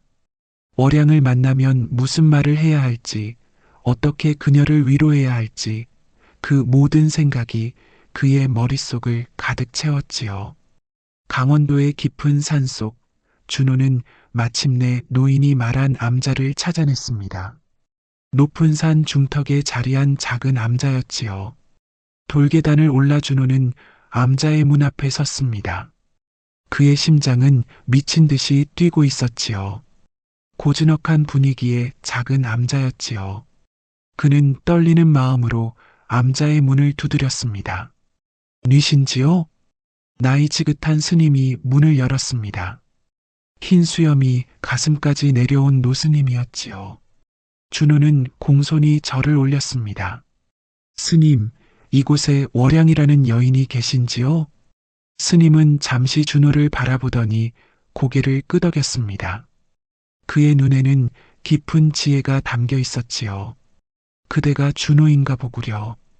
월양이 말한 사람 같소? 준호의 심장이 빠르게 뛰었지요. 월양이 여기 있었던 것입니다. 그는 기쁨과 설렘으로 몸을 떨었답니다. 그녀가 제 이야기를 했습니까? 스님은 고개를 끄덕였습니다. 매일 밤 부처님 앞에서 그대를 위해 기도하였소. 그대의 안녕과 행복을 빌며. 준호의 눈에 눈물이 고였습니다. 그는 떨리는 목소리로 물었지요. 지금 뵐 수 있을까요? 스님은 준호를 암자 뒤편으로 안내했습니다. 작은 정원이 있었고 그곳에는 작은 연못과 샘이 있었지요. 저기 있소. 항상 저 샘가에서 물을 길어오지요. 준호는 스님이 가리킨 방향을 바라보았습니다. 그리고 그녀를 보았지요. 월양은 샘가에 앉아 물을 바라보고 있었습니다. 그녀의 머리카락은 조금 짧아졌고 얼굴은 더 창백해졌지만 그래도 변함없이 아름다웠지요. 그녀는 이제 승복을 입고 있었고 그 모습이 더욱 쓸쓸해 보였답니다. 월양아. 준호의 목소리에 월양은 고개를 들었습니다. 그녀의 눈이 커졌지요. 믿을 수 없다는 듯 그녀는 그 자리에 얼어붙었답니다.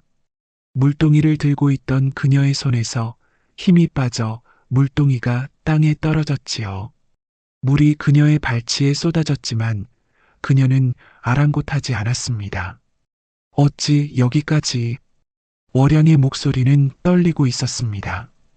그녀의 눈에는 놀라움과 두려움 그리고 그리움이 뒤섞여 있었지요.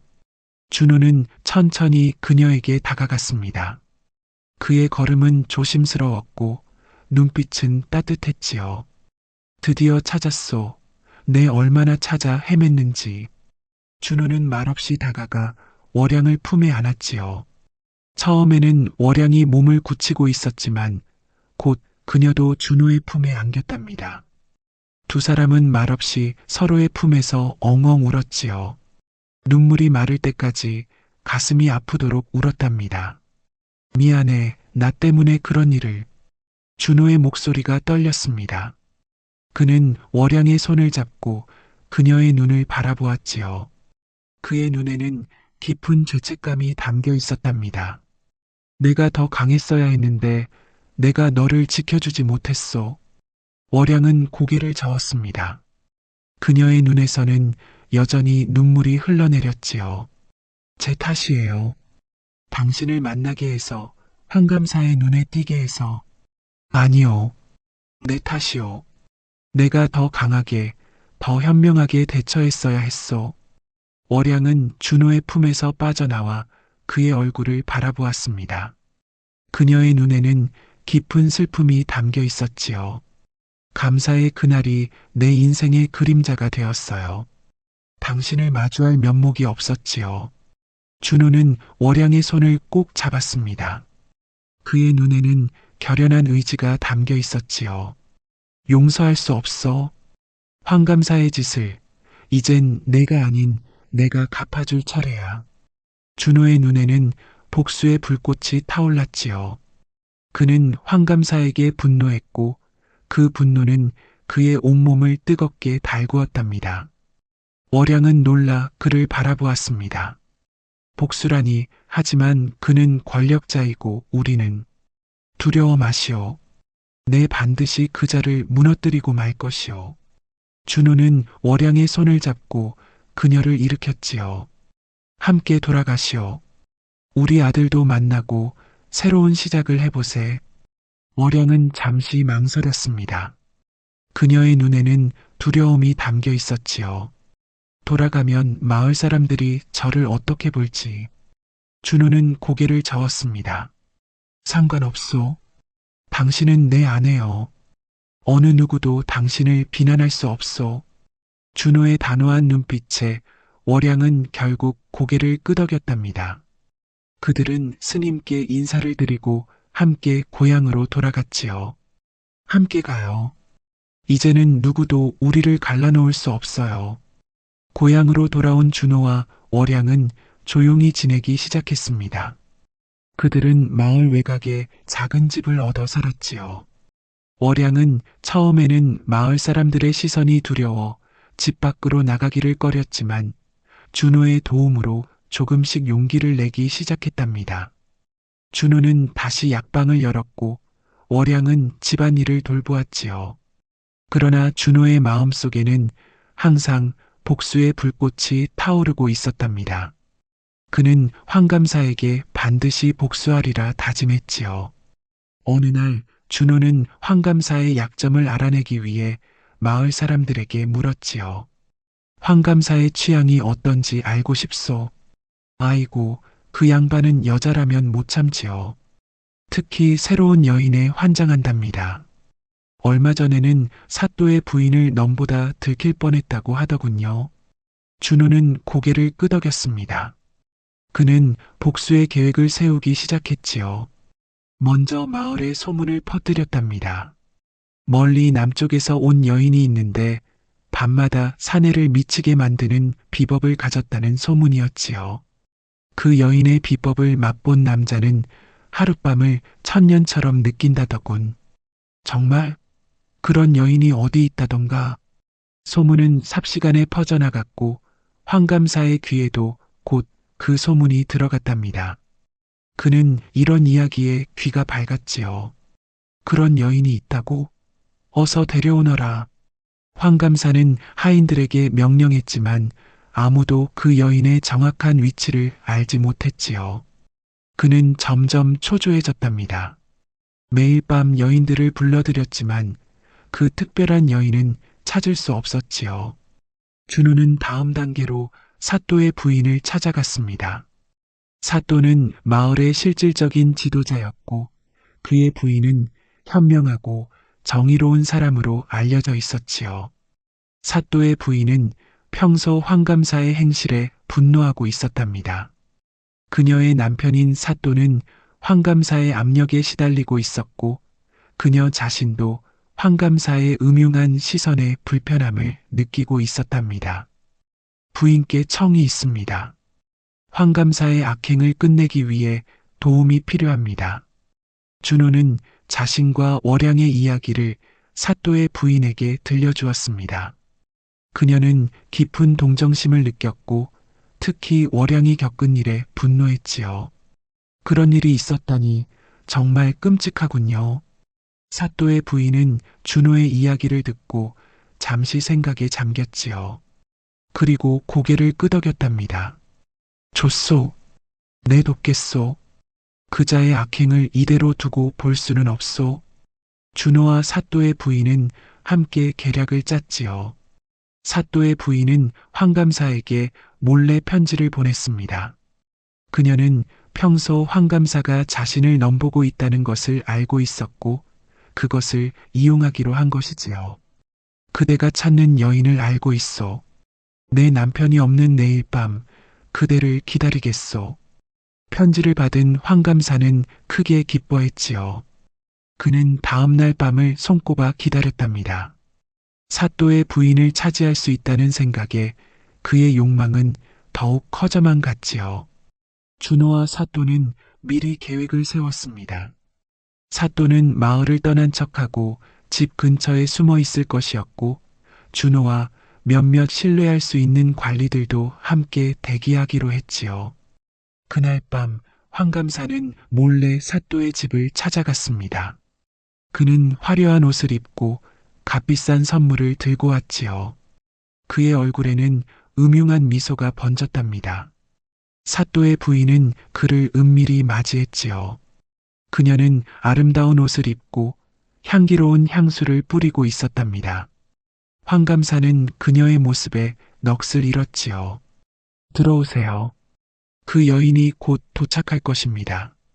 황감사는 술에 취해 있었고 욕망에 눈이 멀어 있었지요. 그는 사또의 부인을 보며 음흉한 미소를 지었답니다. 기다릴 것 없소. 당신도 충분히 아름다우니. 황감사는 갑자기 사또의 부인에게 다가가 그녀를 끌어안았지요. 그의 손길은 거칠었고 눈빛은 욕망으로 가득 차 있었답니다. 사또의 부인은 놀란 척하며 뒤로 물러섰지요. 바로 그때 문이 벌컥 열리고 사또가 들어왔답니다. 그의 얼굴은 분노로 일그러져 있었지요. 이놈이 감히 내 아내를 범하려 했느냐? 사또는 크게 노했고 미리 준비해둔 관리들이 황감사를 체포했지요. 황감사는 당황하여 변명하려 했지만 이미 늦었답니다. 이것은 오해요. 부인이 나를 유혹했소. 사또는 냉랭하게 대답했습니다. 내 아내를 모욕하지 마라. 내 죄상은 이미 모두 드러났다. 준호가 그때 들어왔습니다. 그의 눈에는 차가운 승리의 기쁨이 담겨 있었지요. 황감사님, 우리가 또 만났군요. 황감사는 준호를 보자 얼굴이 하얗게 변했습니다. 그는 이것이 모두 준호의 계략임을 눈치챘지요. 내 놈이 이 모든 것을 꾸몄구나. 준호는 차갑게 웃었습니다. 아니요. 감사님 스스로 자신의 무덤을 파신 것이요. 황감사는 그 자리에서 체포되었습니다. 그는 관직에서 파면되었고 곤장을 맞고 주리를 틀렸지요. 온갖 망신을 당한 끝에 그는 마을에서 추방되었답니다. 이제 그는 거지 신세가 되어 떠돌이 생활을 하게 되었지요. 사필귀정이로다. 악행은 반드시 그 대가를 치르는 법이지. 마을 사람들은 모두 기뻐했습니다. 황감사의 압제에서 벗어난 것이지요. 준호는 사또에게 깊이 감사의 뜻을 전했고 사또는 고개를 끄덕였답니다. 악인을 벌하는 것은 내 의무요. 이제 편히 살길 바라오. 준호는 월양에게 돌아가 모든 일을 말해주었습니다. 월양은 눈물을 흘리며 그를 끌어안았지요. 이제 정말 끝난 건가요? 그래요. 이제 우리는 새로운 시작을 할 수 있어요. 황감사가 마을에서 쫓겨난 후 평화가 찾아왔지요. 마을 사람들은 더 이상 그의 압제에 시달리지 않아도 되었고 새로운 감사가 부임하기 전까지 사또가 마을을 잘 다스렸답니다. 월양과 준호는 드디어 새로운 삶을 시작할 수 있게 되었지요. 그리고 어느 날 한양에서 과거를 마친 준호가 돌아왔답니다. 그는 어머니가 떠났다는 소식을 듣고 급히 고향으로 돌아온 것이었지요. 마을에 도착하자마자 그는 어머니의 집으로 달려갔답니다. 어머니, 제가 돌아왔습니다. 준호가 문을 열자 월양과 준호가 마주 앉아 있는 모습이 보였습니다. 월양은 아들을 보자 벌떡 일어나 그를 끌어안았지요. 준호야, 돌아왔구나. 준호는 어머니를 끌어안고 기쁨의 눈물을 흘렸답니다. 그리고 준호를 바라보았지요. 준호는 긴장한 얼굴로 준호를 바라보고 있었답니다. 이분은, 월양은 떨리는 목소리로 말했답니다. 준호야, 이분이 내 아버지시란다. 준호의 눈이 커졌습니다. 그는 믿을 수 없다는 듯 준호를 바라보았지요. 아버지라고요? 준호는 눈물을 머금고 고개를 끄덕였습니다. 그렇다, 내가 내 아버지다. 너를 찾지 못해 미안하구나. 준호는 잠시 침묵했지만 곧 준호에게 다가가 그를 껴안았지요. 기다렸습니다. 아버지, 어머니께서 항상 말씀하셨어요. 언젠가 아버지가 돌아오실 거라고. 준호는 기쁜 소식을 들고 왔습니다. 그가 과거에 급제한 것이지요. 월양은 아들을 껴안고 기쁨의 눈물을 흘렸답니다. 내가 자랑스럽구나, 내 아들. 준호도 눈물을 흘렸습니다. 그는 자신의 아들이 이렇게 훌륭하게 자란 것을 보며 가슴이 벅차올랐지요. 어머니의 덕분입니다. 어머니께서 저를 훌륭히 키워주셨어요. 세 사람은 함께 울었습니다. 20년의 세월을 뛰어넘어 드디어 하나가 된 가족이었지요. 그들은 밤새도록 이야기를 나누었답니다. 준호는 아버지에 대한 모든 것을 알고 싶어 했고, 준호는 자신의 이야기를 들려주었지요. 그리고 어느 봄날, 월양과 준호는 뒤늦은 혼례를 올렸답니다. 마을 사람들은 모두 축하해 주었지요. 처음에는 월양을 곱지 않은 시선으로 바라보던 사람들도 이제는 그녀의 희생과 정절을 이해하고 존중해 주었답니다. 준호는 아버지와 어머니의 혼례를 지켜보며 눈물을 흘렸답니다. 그는 새 관복을 입고 혼례를 지켜보았지요. 이제야 진정한 부부가 되었구나. 두 사람은 손을 맞잡고 행복한 눈물을 흘렸답니다. 월양은 여전히 가끔 악몽에 시달렸지만 준호의 따뜻한 품은 그녀의 상처를 조금씩 치유해 주었지요. 그는 밤마다 그녀를 안아주며 사랑의 말을 속삭였답니다. 사랑하오, 월양. 나도 당신을 사랑합니다, 준호 씨. 두 사람의 사랑은 20년의 세월과 온갖 시련을 이겨내고 더욱 깊어졌답니다. 준호는 밤마다 월양의 손을 잡고 이야기했지요. 사랑은 지키는 것이 아니라 함께 싸우는 것이더이다. 우리는 이제 어떤 시련도 이겨낼 수 있어. 월양은 미소를 지으며 고개를 끄덕였지요. 그날 밤 초당에서 처음 만났을 때부터 전 당신을 기다렸습니다. 이제는 정말 행복해요. 준호는 한양에서 벼슬을 얻어 가끔 고향을 찾아왔고, 준호는 마을에 약방을 열어 많은 사람을 도왔지요. 월양은 여전히 노란 국화를 가꾸며 평화로운 날들을 보냈답니다. 그들의 집 마당에는 항상 노란 국화가 피어 있었고 웃음소리가 끊이지 않았답니다. 마을 사람들은 그들을 존경했고 젊은이들은 그들의 사랑 이야기를 들으며 감동했지요. 세상에 이보다 더 큰 행복이 있을까요? 월양의 물음에 준호는 고개를 저었습니다. 없소. 당신과 함께하는 이 순간이 가장 행복하오. 세월이 흘러 두 사람의 머리카락은 하얗게 변했지만 그들의 사랑은 변함없이 깊었답니다. 준호는 여전히 매일 아침 월양을 위해 약차를 다렸고 월양은 매일 저녁 준호의 등을 두드려 주었지요. 그들은 서로를 바라보며 미소 짓는 것만으로도 행복했답니다. 어느 따뜻한 봄날 두 사람은 마당에 앉아 노란 국화를 바라보고 있었습니다. 나이가 들어 두 사람 모두 몸이 불편해졌지만 마음만은 여전히 젊었지요. 준호 씨, 기억나세요? 그날 밤 초당에서. 그럼요. 내 평생 잊을 수 없는 밤이었소. 그들은 손을 맞잡고 웃었습니다. 그들의 눈에는 여전히 사랑의 빛이 반짝였지요. 결국 사필기정이라 하였던가요?